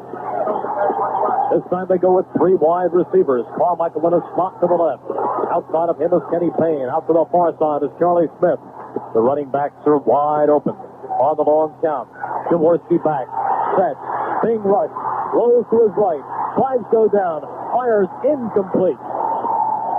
Pass intended for Willard Montgomery. The flags go all over the place. And it could be a holding penalty on the Eagles again.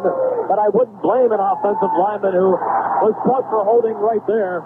Because I'll tell you, all kinds of people had shots at Jaworski. They had all kinds of shots at him. And it was a desperation move. And Jim, you talk to most offensive linemen, and they'll tell you when somebody has that kind of a clean shot at their quarterback, they're going to hold it. That's the only way that they can use to keep them out. And the Eagles are suddenly backing themselves into some real trouble here. They're now huddling near the end zone. The ball, the line of scrimmage, is going to be at about the 10-yard line, coming out to the 11. course, there's third and long here, third and 25 actually for a first down. Number 75, offense, still third down. Even a great punt is going to give the Vikings a very fine field position to start another drive, and they only need 7 points to go ahead in this ball game. Eagles have now been penalized 8 times for 94 yards. Vikings have 7 penalties. It's a third and 25. Eagles put the ball on their own 12-yard line. They lead the Vikings 27-21. We have 4:04 remaining in the third quarter as Jaworski has the 3 wide receivers in the ball game. He drops. He gives on his Elena Montgomery. The 10, 15. He stumbles at the 16 and goes down hard. And there's a flag again thrown back at the 8-yard line. And again the Vikings yell and scream, and it's against the Eagles. The Vikings having a ball right now, showing happiness with every penalty flag. Well, Wilbert took that football on the delay handoff and brought it up to the 17-yard line. Let's check the call. Holding, number 76, offense, decoying, fourth down. This time it was against Jerry Sizemore, as you can hear. The referee said, the official said holding against the defense, but he meant the offense. And now the Eagles will punt the football as the Vikings have declined. Eagles have been having some trouble on their punting snaps. They've been high, and fortunately Mike Michel's been able to come up with them and get the punts off. He'll take this snap inside his own 5. Kevin Miller stands at midfield. Here's the snap. It's a good one. Michel gets it away. It's high. It's floating. It's a fine punt. Backing up his Miller at the 40. Coming to the 45. Spinning away from one man, and down he goes at the 47-yard line. Eagles with a good job of containment. Again, Louis Jamona makes the stop. There's a timeout on the field with the score. The Eagles leading the Vikings 27-21. Here in Bloomington, Minnesota, we're getting set for what's going to be a very dramatic finish. Eagles leading the Vikings 27-21 as yet there are 3:47 remaining in the third quarter. But the Vikings showed some signs. Boy, they had a great drive to come back and get that last touchdown. And now they have the ball again. First and 10 for the Vikings on their own 48-yard line. And the snow drives down. Parkinson splits the wide receiver. He goes with a pitch out to Chuck Foreman, who runs to his right, tries to turn the corner. He cannot.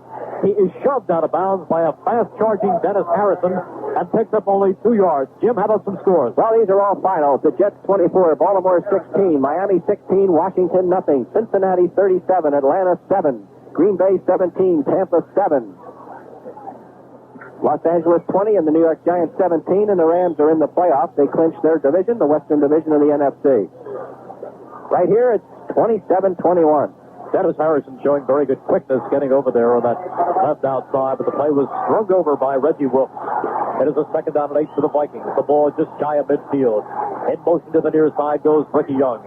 Parkinson back, fires for that far sideline. All alone and taking the pass is Rashad, and he goes out of bounds at the Eagles 33. I don't know how Rashad was that clear, but he was all alone over there on the far side, and Parkinson found him and dropped the football in there for a 17-yard gain. And once again, the Vikings are threatening. I think Drew Mahalik just lost his footing and couldn't get a very deep drop over there. And Herman Edwards, protecting the deep zone, had to play way off of Rashad. Somebody had to fall down because he was that open. First and 10 for the Vikings. They have the football at the Eagle 36. Parkinson rolls right. Fires over the middle. Incomplete pass intended for Ricky Young at the 30. The pass goes off his hands as he was swarmed over. Hit by Reggie Wilkes, but there is a flag down on the field down at the 16-yard line, and we'll have to wait and see what they call right here. They are motioning pass interference against the Vikings. It is offensive pass interference being called against Ahmad Rashad, who was on the right side that time, and now the Vikings will be penalized. Bobby Lee Howard, I think, was the defender in this case. You don't see that play called too often, but don't forget the new rules this year. Once outside that 5-yard zone, the receiver cannot make contact with a defender either, and that's what happened down there. It becomes almost a basketball thing. Interference, number 28, offense, still first down. It's against Rashad. Rashad's had a fine afternoon. He has 7 catches on the afternoon for 84 yards. But that time, a penalty against him. Almost like a charging penalty in basketball. It's a first down and 20 for the Vikings. It's the 45 of the Eagles. Parkinson wants to throw on first down. Goes left. Fires down the far sideline. Incomplete. Herman Edwards over there in coverage. Ahmad Rashad is the closest man to the ball, but Parkinson was being rushed, and rather than eat the football or throw into a more dangerous territory, he wisely fired it high into the air and out of bounds. Reggie Wilkes and Dennis Harrison were pressuring him. We pause 10 seconds for station identification. When the Eagles aren't playing, Second down and 20 for the Vikings. Second and 20 for the Vikings. Eagles leading 27-21. 3:22 remaining in the third quarter. Vikings with the ball at the Eagle 44. It's a draw play, and right up the middle goes Chuck Foreman. He comes across the 40, and he goes down to the 36-yard line before Reggie Wilkes stops him. So Parkinson mixing his plays beautifully right now. We saw how much he can confuse a defense on that last drive. On the first drive of the game, he was about as effective as anybody could possibly be as he moved them right downfield. And on their first offensive series for the second half, he did the same kind of thing. Precision football, Sir Francis style. It's third down and 11 for the Vikings. The ball is spotted just inside the Eagle 35. Third and 11. The wide receivers are split. Sammy White to the near side. Rashad to the far side. Parkinson rolling left. Still rolling. Turns. Fires. Incomplete. Knocked down by Herman Edwards. Herman Edwards cut across the field and knocked down the ball intended for Bob Tucker. Big defensive play. Another key defensive play for Herman, who's been making them all afternoon. Another waggle pattern by Tucker at that time. He just tucked it under his arm and waggled out toward the sidelines for a while, then set up and tried to find a receiver down there. Tried to drill that one, and that's not Fran's style. Herman Edwards was able to react and knock it down. Very difficult to get the body behind the pass when you are rolling on this kind of icy turf, but Parkinson did well there. John Shara backs up. Greg Coleman in the game. He specializes in dropping punts inside the 20-yard line. Last year, he was the best in the NFC in that. He gets the snap. He gets the punt away. He angles to the near sideline. It hits at the 5. No way. It goes in and out of the end zone. Greg Coleman, I said he was the best in the NFC last year doing that. He was the best with the AFC last year. He was with the Cleveland Browns, and he was really an artist at getting it inside the 20. But that time he misses. They'll bring it out first and 10 for the Eagles. There's a timeout on the field with the score. The Eagles leading the Vikings 27-21. We've got a football game here in Bloomington today, about as entertaining a game as you've seen in a long time. 2 minutes and 29 seconds to be played here in the third quarter. Eagles on top of the Vikings, 27-21. Eagles with the football, and they want to mount a drive here. Not a safe margin at all. Jaworski lines up both wide receivers out to the far side. On first down, he hands off inside and going straight off left tackle is Wilbert Montgomery, charging up to the 25 or 26-yard line. Mark Mulaney and Jeff Seaman makes the stop, but Wilbert is having himself quite a day on the afternoon. He has 91 yards. Well, we mentioned he needs only 100 to top the 1,000 mark, and no one's done that in an Eagle uniform since Steve Van Buren in 1949. Jack Edelstein tells me he has 99 yards, 99 on the afternoon, so he is one shy of that 1,000-yard mark. Second down and 5 for the Eagles. Jaworski sets them up at the 26. Both wide receivers left. The handoff inside to Wilbert. Good yards, and he crosses the 30 and comes up to the 32, up to the 33 or 34. And now Wilbert gets the 1,000 yards. Wilbert cutting inside right there, and a good run. Good blocking, making it possible. Sam Walters and Tom Lucan, they opened that hole, and which went Wilbert. 107 yards in the afternoon. 1:24 remaining in the third quarter. First and 10 for the Eagles. 27-21, they lead the Vikings. Now, flip-flopping over to the far side goes Rich Osborne, the strong end, the tight end. Jaworski to Montgomery on a sweep right. Gets away from one man, tries to cut it back. Doesn't get any place.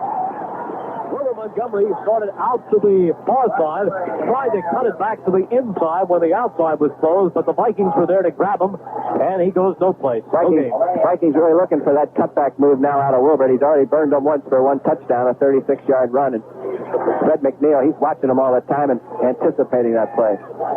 Well, they brought Rich Osborne over there to that far side to give him additional blocking. Now the wide receivers line up to the near side with Carmichael in the slot. Inside of Charlie Smith. The back's in a wide open set. It is second down and 10. Jaworski on a little floater to Montgomery at the 30. Montgomery cuts inside at the 35 and goes down at the 48. At the 38. Montgomery took the pass. at the 30-yard line, tried to cut it inside. He crossed the 35, came up to the 38-yard line, and then he was hit and dropped by Fred McNeil and Mark Mullaney. So he does pick up 6 yards right there, but it brings up that 3rd down and 4.5 for 3rd and 5. And that is going to do it for the 3rd quarter as the gun sounds. There is the 3rd quarter. The timeout on the field with the score. The Eagles leading the Vikings 27-21.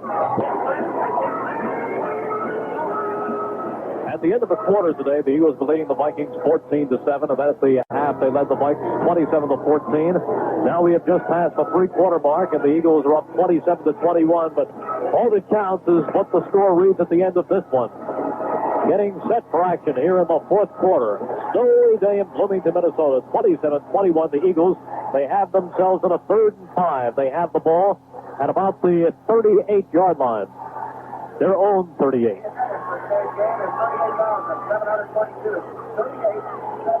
Eagles break from the huddle. Using 3 wide receivers. The Vikings go into the nickel defense. Add the extra defensive back. Carmichael in that slot to the right. Outside of him is Kenny Payne. Smith out to the far side. The back's in the open set. As Jaworski turns and gives off on the draw, and the Vikings have contained Wilbur Montgomery for little or no gain.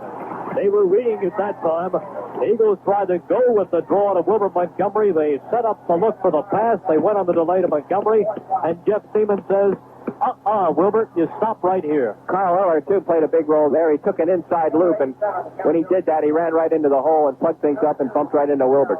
So Mike Michel with another pressure punt. Will await the snap at the 22-yard line. Kevin Miller deep for the Vikings. Michel gets it off. It's high. It hangs. Miller comes over, backs up, takes it at the 25, tries to turn upfield, but he does not. Down he goes under a rush led by Terry Totono. The Vikings will take over at the 25-yard line. There's a timeout on the field with the score. The Eagles leading the Vikings 27-21. Vikings have a 1st and 10. They have the football at their own 27-yard line. They trail the Eagles 27-21. As Parkinson lines them up, he's 20 for 38, 181 yards, 3 touchdowns, 2 interceptions. 1st and 10 for the Vikings. In motion to the near side comes Ricky Young. Parkinson to throw on 1st down. Setting up, looking right, looking left, pumping, fires the football out of bounds. Incomplete. Chuck Foreman was over there on the far side. Good pass rush by Carl Hairston, who was in there on Parkinson and forced him to scramble. The Eagles defensive backs did a good job that time. Parkinson wanted to find Ricky Young that time. Young went to the mid-motion to this side of the field, and Ahmad Rashad cleared the zone, and Drew Mihalik came right up and played Young nose to nose, and Tarkinen couldn't throw it across field with Mihalik that close. Then he almost ate the ball and then threw it away. It is 2nd and 10 for the Vikings. Wide receivers are split. The running back's in an open set. Again, in motion to the near side comes Ricky Young. The handoff inside, but the Eagles read it, and Chuck Foreman is dropped at the 27. Eagles read it to perfection, and Bill Berge surrounds him. Drops Chuck Foreman. No gain on the play. So again, Jim, there was the motion. Ricky Young coming out to that near side, trying to give some running room in the middle or create something, and it didn't work. Chuck Foreman was there for the handoff, but Bill Berge was there to receive Chuck Foreman. It is 3rd and 9 for the Vikings. Rashad lines up to the near side. Sammy White to the far side. Parkinson back. Setting. Looking. Fires the ball over the middle. And the pass is complete.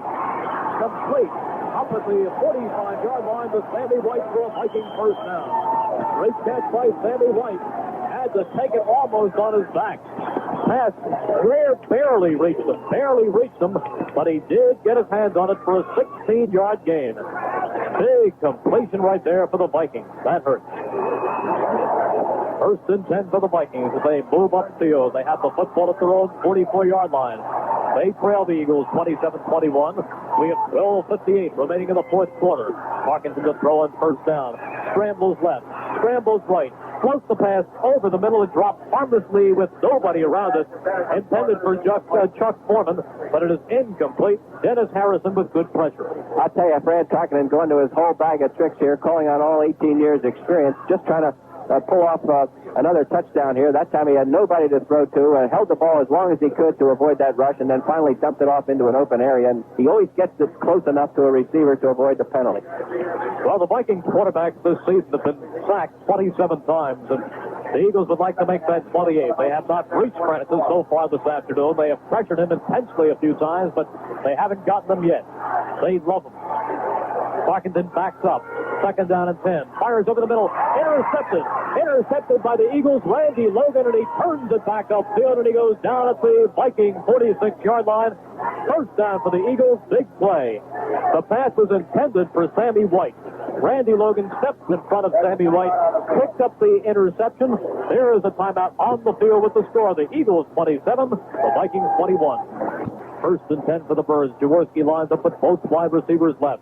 On play action, he drops. He fires over the middle. Incomplete. Intended for either Rich Osborne or Harold Carmichael, but it almost ended up in the hands of Tom Hannon, and there had to be a mistake there in the pattern. Right, two receivers, Carmichael and Rich Osborne, much too close together there. Ordinarily, Harold Carmichail on that play squares out and runs maybe a 10-yard pattern. That time he was 20 yards downfield, but I don't even think Harold expected the football either as it sailed right by him. One of the Vikings down on the play, one of the guys in the deep secondary. It is Tom Hannon who was back there in coverage. He's the man who almost intercepted the football. And Jim, while they take a look at Hannon and straighten him back to his feet, how about us taking a look at the board? Well, a lot of things going well as far as the Eagles playoff hopes go. Atlanta Falcons got clobbered today by Cincinnati 37-7. The Washington Redskins were defeated 16-0 by the Miami Dolphins. Green Bay 17 and Tampa Bay 7. The Pack with a chance to go into first place in NFC Central if the Vikings cannot win this ball game today. And then the Vikings are in some trouble as far as playoffs go. Elsewhere today, San Francisco trails New Orleans right now 24-13. They're in the fourth quarter. The Giants were defeated by Los Angeles 20-17. Baltimore was defeated by the New York Jets 24-16. St. Louis goes ahead at Detroit in the fourth period 21-14. The hand here at Metropolitan Stadium is for Paul Krause, who comes in the game replacing Tom Hannon. Paul Krause, a big favorite, a 15-year veteran, and he enters this game. He's played very little this year, but he enters this game as he has entered the season, needing one interception to tie the career interception record of Emlyn Tunnell. Tunnell has 79. Krause has 78. But the Eagles would like to keep him from getting it against them. He can have all the interceptions he wants next week when the Vikings visit Detroit. But this week, the Eagles want some more points. They lead 27-21. They have a second down and 10. They have the football at the Viking 46. Wide receivers split. Jaworski on play action. Drops back. Look, has the pass batted into the air, incomplete. Almost intercepted. The pass was batted into the air and almost picked off by the Vikings. I believe it went off the hands of Mark Mullaney, and it was almost picked off by Matt Blair. Fortunately for the Eagles, it hit the turf harmlessly at about the 40-yard line. So instead of a Viking interception, and that would have been critical, the Eagles have a third and 10. Ken Payne, wide receiver, the third wide receiver coming in with a play here. Out goes Rich Osborne. Three wide receivers. Third and 10 for the Eagles. They have the ball at the Viking 46-yard line. 12:32 remaining in the fourth quarter. Eagles up by 6. Carmichael all by his lonesome on the near side. Jaworski looking. Fires down the far side. Incomplete. Intended for Ken Payne, who had beaten this man. Ken Payne was open momentarily, but the pass by Jaworski skidded by his outstretched arms. Incomplete. Jaworski looks down and kicks the dirt or the ice or whatever is down there in frustration and trots off the field. So the Vikings will have the football once again, and Mike Michel will be in to punt it. Kevin Miller drops back. He'll be the returner for the Vikings, standing at his own 14-yard line. The rush comes, but Michel beats it with a high floating punt that hits on the 5 and goes out of bounds on the 3. A tremendous punt by Mike Michel, who has been punting with just that kind of pressure all afternoon, and he drives it inside the Viking 5. Vince Papali's so happy he did a surf slide down in the snow down there, running down under that punt. The Vikings are on the 3-yard line, and if Brad Tarkenton's going to put it up here, he's really a gutsy quarterback. A 42-yard punt that time by Michel. Yeah, we had seen Michel so often since he came to the Eagles in critical situations, and he always seems to come through. Dick Vermeil has often said that he felt comfortable in getting Mike Michel because he's an athlete who has played other positions. He was a strong safety at Stanford. He's right in the football game at all times, and he's doing a job this afternoon. First and 10, and Parkinson wants to throw from his own end zone. Fires it in the air, incomplete. Intended for Ahmad Rashad somewhere over there on the right side. The pass did not come within 15 yards of him. It goes out of bounds over everybody on the sideline, and the Vikings have a second down and 10. Fran Tarkenton just gambling there that maybe Rashad would be played very loosely and pick up an easy 10-yard gain, but Rashad, that was not the case at all. He was watched very closely by Bobby Howard, and I think Fran just threw that one into the stands, or into the Viking bench, as it were. Parkinson has 43 attempts this afternoon. 43 attempts. Second down, and he fires again, and this time on a screen left to Sammy White, who cuts back inside, tries to the running room, finds it at the 10, and comes up to the 15 for a first down. Sammy White on the screen left. The Eagles had him at the 10, but he kept moving the legs, and he sidestepped and sidestepped and sidestepped, and finally found running room that took him up to the 15, the Vikings first down. So the Vikings put the ball in the air, and they come out of trouble. For the moment, they do. First and 10 for the Vikes. The ball at their own 15. Wide receivers over there on the far side. Rashad. Parkinson rolling right. Flips to his running back, Young. And Young is thrown down for a loss. Inside the 15, down at the 14 by Dennis Harrison. And this may be Dennis's best day of the season. Well, on that play, Dennis Harrison's first responsibility was to pressure the quarterback, which he did, and then he turned around and tackled the receiver. What an afternoon for the young rookie out of Vanderbilt. Even speaking to Dennis on the trips and practice, you can see the poise that he's gaining on almost a week-by-week basis. And he's playing as fine a defensive end this afternoon as anybody has this season. He's just playing a great game. He really is. Second down and 11, following the loss of 1. And Parkinson to the air again. Goes to the near side to Rashad, who catches the pass, and then the Eagles bring him down for a short gain inside the 20, down at about the 17-yard line. Frank Lemaster. The pass was drilled out to Rashad. He tried to give ground, look for running room. He didn't find it. He tried to pull the same maneuver that Sammy White turned into a first down, and that time it didn't work, and he actually lost a couple of yards in trying to do it.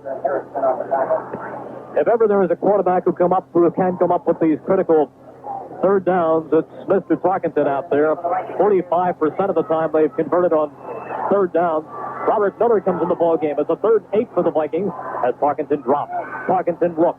Parkinson rolls, fires over across the middle, incomplete, knocked down by Randy Logan, intended for the tight end, Bob Tucker. Great job by Randy, and the Vikings will have to punt. Well, you talk about quarterbacks who come up with the clutch plays. Parkinson does so often, but the Eagles' defense has been coming up with the clutch plays today and for so many Sundays. Friend rolled out to his right that time and tried to throw back across the grain. Again, great coverage by Randy Logan. The Vikings punting now from inside their 5-yard line. As far as pass coverage is concerned, this might be Randy's outstanding game of the season. Coleman in the punt. Shuffling the feet nervously, awaiting the snap. He gets it. No pressure by the Eagles. He gets it off. It is high and fluttering as Jarrett takes it at the 45, and he's buried. He is hit in a hurry by Harry Washington, who went down and clobbered John Shara seconds after the football touched his hand. So the Eagles will operate after that 37-yard punt. First and 10 for the Eagles, the ball on their own 46.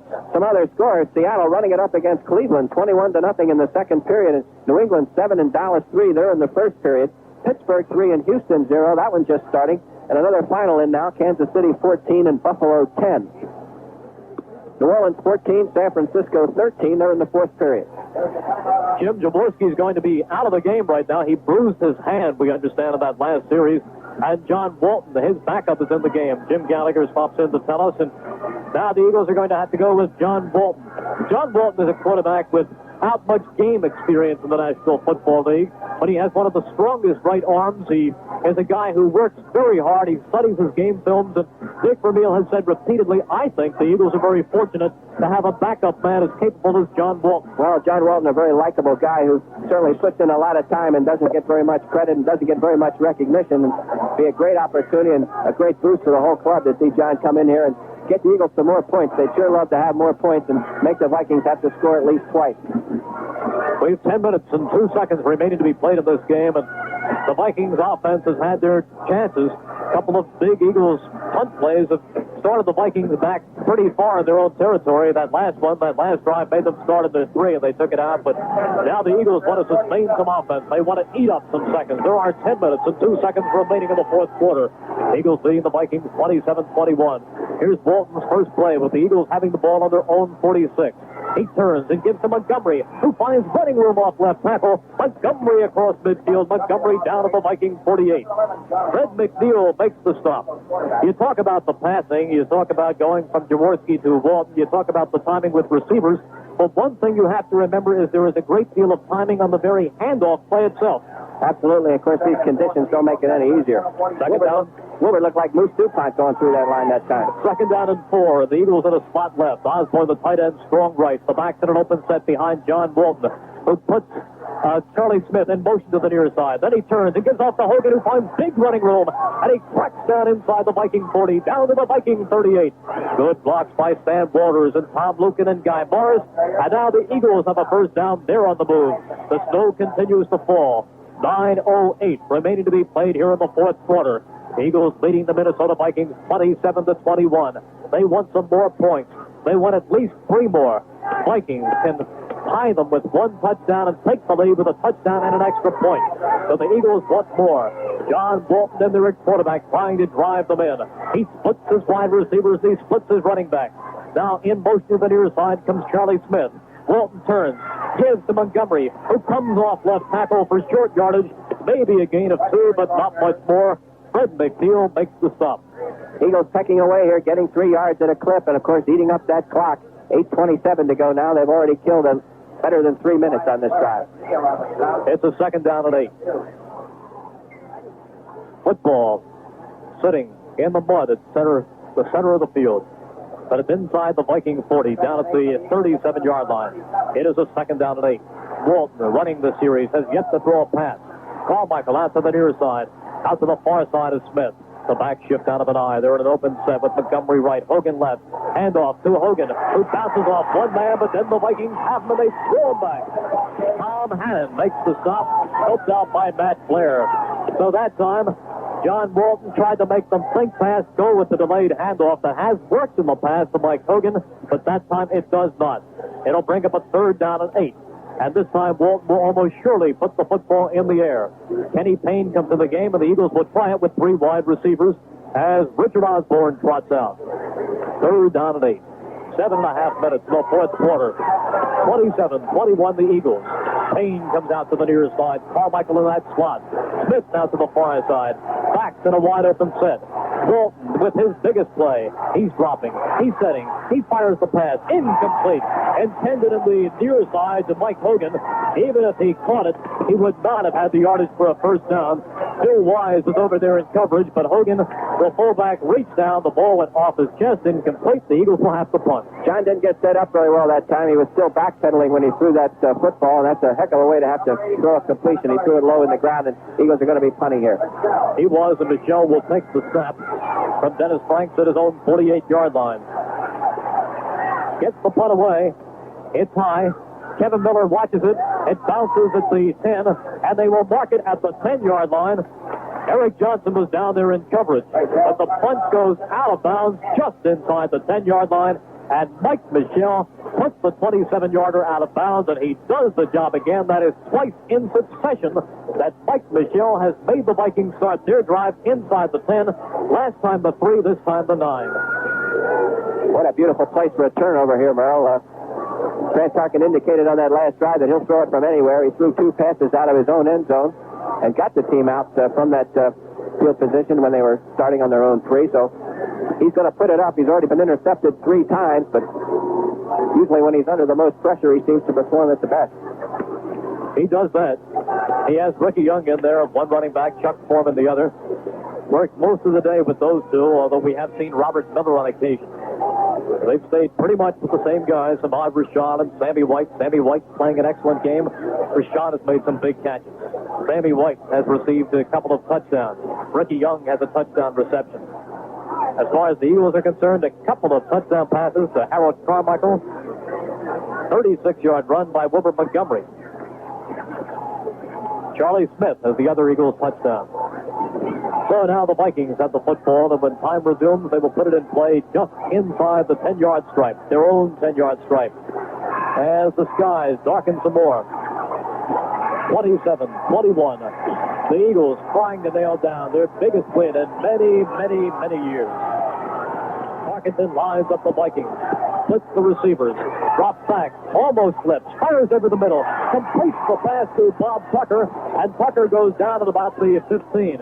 Parkinson did a good job as he backed up almost to the end zone. Had his feet nearly go out from under him at the 2. He regained his balance and threw the crossing pattern to Bob Tucker, who picks up 7. He hasn't done much with his tight end. Threw that ball high, and Tucker made a real fine catch. That ball could have been intercepted if Tucker did not get his hands on it. Frank Lemaster is the Eagle who made the tackle. So it is second down and a long 2 for the Vikings. Running back split. Wide receiver split. As Parkinson turns and gives off to Ricky Young, who comes off right tackle, comes up close to the 20. I don't know if he reached it. While they umpire with pause, 10 seconds for station identification. Ken Garland plays your song, WI. It's a third down and 1 for the Vikings, and they're going to operate right now with 3 tight ends. Steve Craig the third. And on the short yardage, it's a handoff to Chuck Foreman, who comes off right tackle, and he has the Vikings first down. First down for the Vikings. The clock continues to tick. 5:53, 5:52. We are late from the fourth quarter. The Eagles are leading the Minnesota Vikings 27-21. Eagles trying to contain the Vikings right here. They want the football back. They want it away from Franz Parkinson. They know how dangerous he can be. Rashad lines up to the near side. Sammy White to the far side. Parkinson dropping, setting, looking, firing for the near side. Almost intercepted, incomplete. Intended for Rashad. Almost intercepted by Herman Edwards. And he has got to be one of the most valuable players of this snowy day. I'll tell you, a lot of things going on down there that time. Almost intercepted by Herman Edwards, and then almost caught by Rashad. And had Rashad caught it, he had nothing but clear sailing down that sideline. Well, Herman will talk about that gamble. He says you can't think, do I gamble or don't I gamble? You react. You don't think on a play like that. We've seen him react to the Eagles' advantage. We've seen him be beaten at a time or two. But right there, he reacted well, and it worked. On third down, the handoff goes off to Chuck Foreman, and he falls down just short yardage, comes up to about the 24-yard line. Foreman on second down picked up about 2 yards. That's about all. Now it'll be a Viking third down. Third and about 7. 7.5, perhaps. Foreman in the afternoon, 16 carries, 66 yards. Not a great day for him. It is a third down and 8 for the Vikings. They have the football at their own 24-yard line. Parkinson splits the receivers. He's dropping, still dropping, looking, fires over the middle, completes the pass to Sammy White, who gets away from the man at the 45, and finally Herman Edwards tackles him. But the Vikings take the first down, and they move the chain. Parkinson, Sammy White, Parkinson had time right there. He had nobody in front of him obscuring his vision, and he had time to watch Sammy White run that crossing pattern and drill it. He did. 21-yard gain. And he had everybody out on the pattern. His both backs were running short out patterns, and they occupied the linebackers. Sammy White just took a deep route, then turned back in and came up underneath the zone. 4 minutes and 10 seconds remaining in the fourth quarter. Vikings with a first and 10. Motion left, but Robert Miller. Parkinson hands off inside to Chuck Foreman, and he's grabbed by Bill Berge and slammed down at the 45. Maybe a yard at the very most. But Bill Berge read that precisely, and he grabbed Chuck Foreman and slammed him down at about the 46-yard line. A pickup of only 2. Eagles leading the Vikings 27-21, 3:44 remaining to be played in the fourth quarter. Vikings break from the huddle. The football at the 46, their own 46. The backers split, the receivers are split. Parkinson back, setting, looking, still looking. Screen pass to Foreman. He cannot get away from Wilk. Now he does, and down he goes again at the 46 or 47. So Reggie Wilk came up. He contains him. He had him. He let him slip away, but finally he does get him again. A very short game. Good D by the Eagles. And lots of discussion down there as though there might be a penalty. It's getting hard for us to see the flag. If there are any flags, it's a penalty against the Eagles. Looks like a personal foul against the Eagles, and this will hurt. Oh, boy, they're going to step off 15 big ones right here, and this does hurt.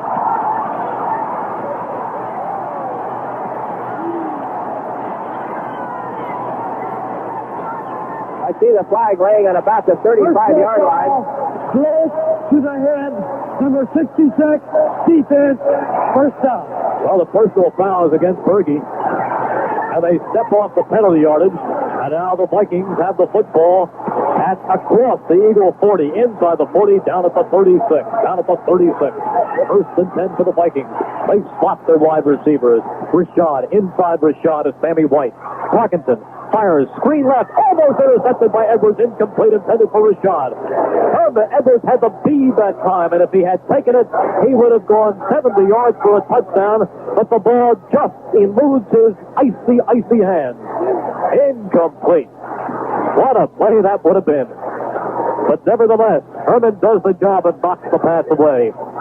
The Vikings not yet in field goal range of Danmeyer, but they need more than a field goal. They trail the Eagles by 6. Eagles leading 27-21. The clock with 3:19 as Parkinson lines them up. Sends Ricky Young in motion right. Parkinson back. Pumps one. Fires over to the near side to Foreman, who falls down, and he's going to be contained at the 36. The line of scrimmage.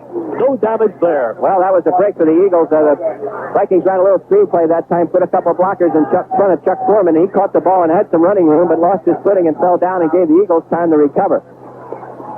So again, Sir Francis with an important third down. It is third down and 10.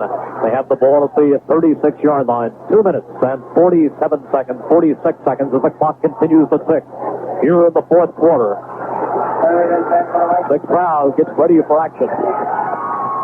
The wide receivers are split. One running back. Parkinson rolls right.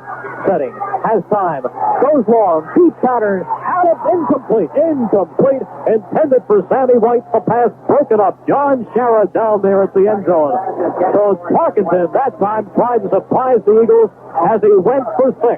He did not get it. Fourth down and 10, and twice last week against the Green Bay Packers, Brent Tarkenton converted fourth down plays to keep a last-second drive going, and the Vikings have no thoughts of doing anything else but to go for it right now. Parkinson huddling the Vikings on the afternoon. 27 completions for 54 attempts. 27 for 54. Throwing it almost every down. A fourth and 10. This is it for the Eagles defense as Parkinson rolls. Set. Throws left. Still looking. Throws the pass. Alone is Tucker, who takes it and goes out of bounds down to the 10. Tucker was alone. Parkinson had the time. The Eagles' rush was not coming, and he found Bob Tucker down to the Eagles' 10-yard line. First down for the Vikings as they drive deeper and deeper into Eagles' territory. And now the clock continues to tick all the way down. We're going to have the 2-minute warning. There's a timeout on the field with the score. The Eagles 27, the Vikings 21. In this fourth quarter, in all probability, we have 2 minutes left in this football game. The Vikings have the ball on the 10-yard line of the Eagles. Eagles lead the Vikings 27-21 as Parkinson came through with a pressure fourth down and a pass to Bob Tucker. First and 10 for the Vikings. He slots his wide receivers to the left. The running back's in an open set. Parkinson to Robert Miller, who tries to turn the corner. He's knocked out of bounds at the 6-yard line. There is a flag thrown on the play. Bill Berge was the man who strung all the way to the left and knocked him out of bounds. But there is a flag thrown inside the 10. And let's wait and see what happens here. It could be holding against the Vikings. It is. Well, it's been a long time since the Eagles got a break in this ball game, and almost the whole second half, in fact, has gone the Vikings' way. But here's one that bounces the Eagles' way, a holding penalty that's going to take the Vikes back to the 20-yard line. 1:55 to remain. Eagles 27, Vikings 21. 20 yards separating the Vikings. Holding number 73, offense, still first down. Second holding penalty of the afternoon on Ron Yari. Vikings need a touchdown to tie, a touchdown and an extra point to take the lead. They are 20 yards away. It is first down. 4 shots for the Vikings right here. 1:55 remaining in the fourth quarter. One running back behind Parkinson. As he drops, he pumps, he goes long, looking into the end zone. A routine touchdown by Rashad. And the Vikings tie it as he goes up between Herman Edwards and John Shara. And last week's history against the Packers repeats against the Eagles as Rashad goes into the air and the Vikings have tied it up. He was well covered. The Eagles had him surrounded. Parkinson simply puts the ball up, and Rashad did the rest. It's 27-27. And now Rick Danmeyer is in the ball game to try to add the lead. It's slippery. Walt Krause could have trouble with the snap. Harold Carmichael will try to bat it out of the air. He's done that before. The kick is up. It's good.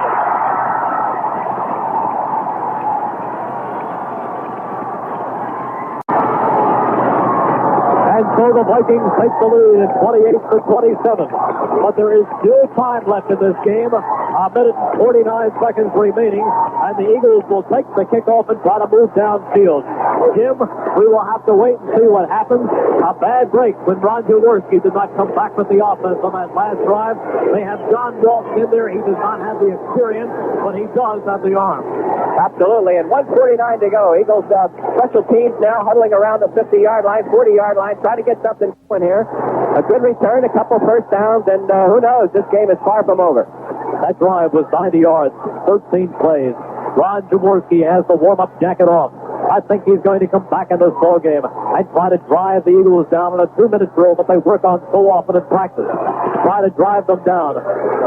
Although I would hate to see this game hinge on a field goal. This field is so icy. Shimoda awaits the kickoff to the far side. Campfield to the near side. Sandmeyer.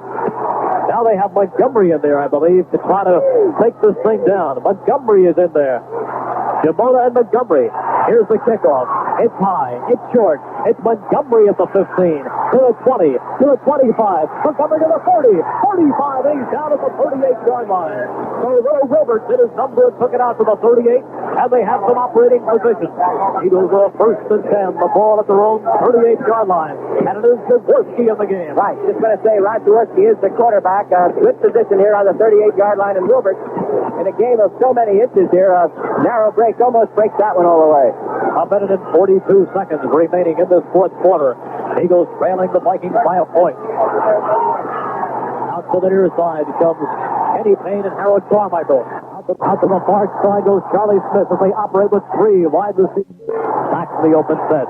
Jaworski dropping, setting, giving ground, being chased, fires to Hogan. He's thrown for a loss at the 36. Jaworski went to Hogan, and Hogan could not get free of Phil Wise, who drops him back at the 36. So now, the Eagles get nowhere on that play, and the clock down to 1:22 and running. It is a second down and 10, as all he does is go back to the line of scrimmage. Again, the three wide receivers employed. The backs are wide open. Jaworski being rushed, rolling right, still rolling, and the Vikings back him inside the 30 at the 28. Mark Mullaney makes the stop. And down goes Jaworski at the 28-yard line. And now, a minute and 7 remaining. And the Eagles are going to take a timeout. The Eagles are going to have a third down at 21. And they stop the clock at a minute and 7. Philadelphia. A minute and 7 remaining in the ball game. And Jaworski huddles the Eagles for the third down and 21. We've seen miracles this season. This one would not fit into the miracle category, but it's a long shot at best. Jaworski breaks them from the huddle. Out to the near side comes Charlie Smith. Carmichael and Payne out to the far side. The back to the wide open set. As Jaworski goes into the long count. Long count. He's dropping. He's setting. He's looking. Steps out of the pocket. Being chased. Flips the pass incomplete, intended for Hogan. And Mullaney was all over Jaworski to pressure him and throw him down. Jaworski's thrown down. He got the pass away incomplete to Mike Hogan. He avoided the loss. Carl Eller and Mark Mullaney in there on Jaworski, forcing him to unload. He never had a chance, Jim, to set up and look for Smith or look for Carmichael or look for Payne. Well, it's fourth down now, and all the marbles here. 21 yards to go. The Eagles are going to go for it. Fourth down, they have to. Just a minute remaining to be played in this football game. Eagles need that long completion, or they need a pass interference against the Vikings. Jaworski on his last chance lines them up, dropping, being rushed, rolling left, setting up, firing down. It is complete. It is complete to Charlie Smith, who has the first down yardage. Just complete across midfield, and the Eagles have a first down and a timeout with 51 seconds remaining to be played in the game. And Jaworski turns some magic of his own. That's 51 seconds. The Eagles have one timeout remaining. The Vikings have all of theirs. They want to get that football at least down to the 25-yard line to give Mike Michel a winning shot. And even then, it would be a long shot. The wide receivers are split. He's got all three of them in there. The running backs are split. The Vikings in the nickel defense as Jaworski retreats. Setting, looking, pumping once, looking again. Incomplete, intended for Montgomery on the far side. Up at the 41-yard line. Incomplete. The play used 6 seconds, second down and 10. That time Howard Carmichael ran a deep corner pattern. Charlie Smith was running deep post pattern, and Kenny Payne cut underneath him, and Kenny was wide open. A little bit more time, and Ron Jaworski would have been able to spot that. One of the things that Dick Vermeil has said to us so often is that one of the outstanding attributes of Ron Jaworski is his ability to bring a club back. The leadership and the poise, the confidence, and the belief that that right arm can penetrate anything. And he's trying right here. Second down and 10. The ball on the Viking 49. Jaworski retreats. He's rolling right. He's setting up. He's still rolling. He's looking. He's directing traffic. Fires down the sideline. Incomplete. Awful Viking almost intercepted. He was looking for Charlie Smith. Down the right sideline at the 25-yard line. Matt Blair breaks up the pass. Jaworski just rolled all the way. He started to go against the traffic. He had some thought about running the football. Eventually unloaded. Vikings almost picked it off, but they didn't. And now it's 3rd and 10 with 35 seconds on the clock and the ball on the Viking 49. Vikings, of course, are all over Harold Carmichael in a situation like this, and Ron Jaworski doing the best he can to try and find some of the other guys who are being covered not so much. There's a 3rd down and 10. 35 seconds remaining to be played in this football game. The wide receivers. Carmichael out to the far side. Payne and Smith to the near side. The running backs open. Jaworski back. Has time. Looks right. Rolling right. Still looking. Being pressured. Still looking. Fires the football. Incomplete. Incomplete. It was intended for Mike Hogan, who was his last ray of hope on the right sideline, but he gets it off. He was belted. I believe Carl Eller was the man who belted Jaworski, but he picked himself up, and he walked slowly back to the huddle. He takes a look at the scoreboard, which reads 26 seconds remaining to be played in this football game. The Eagles 27, the Vikings 28. The football on the Vikings 49-yard line. Drama here in Bloomington, Minnesota. 4th and 10. Parkinson made the 4th down plays, and Jaworski laying out to the near side. In that slot, Charlie Smith. Carmichael out to the far side. The last chance for the Eagles right here. The backs are split. Jaworski calls the signals. He's back. He's rolling. He's setting. He fires the football. Intercepted by the Vikings. Intercepted by Matt Blair, who will fall on it at the 35-yard line. Matt Blair intercepts the pass, and the Vikings are in business. 17 seconds separate from Vikings move in right here as Jaworski's last big effort. A valiant one goes awry.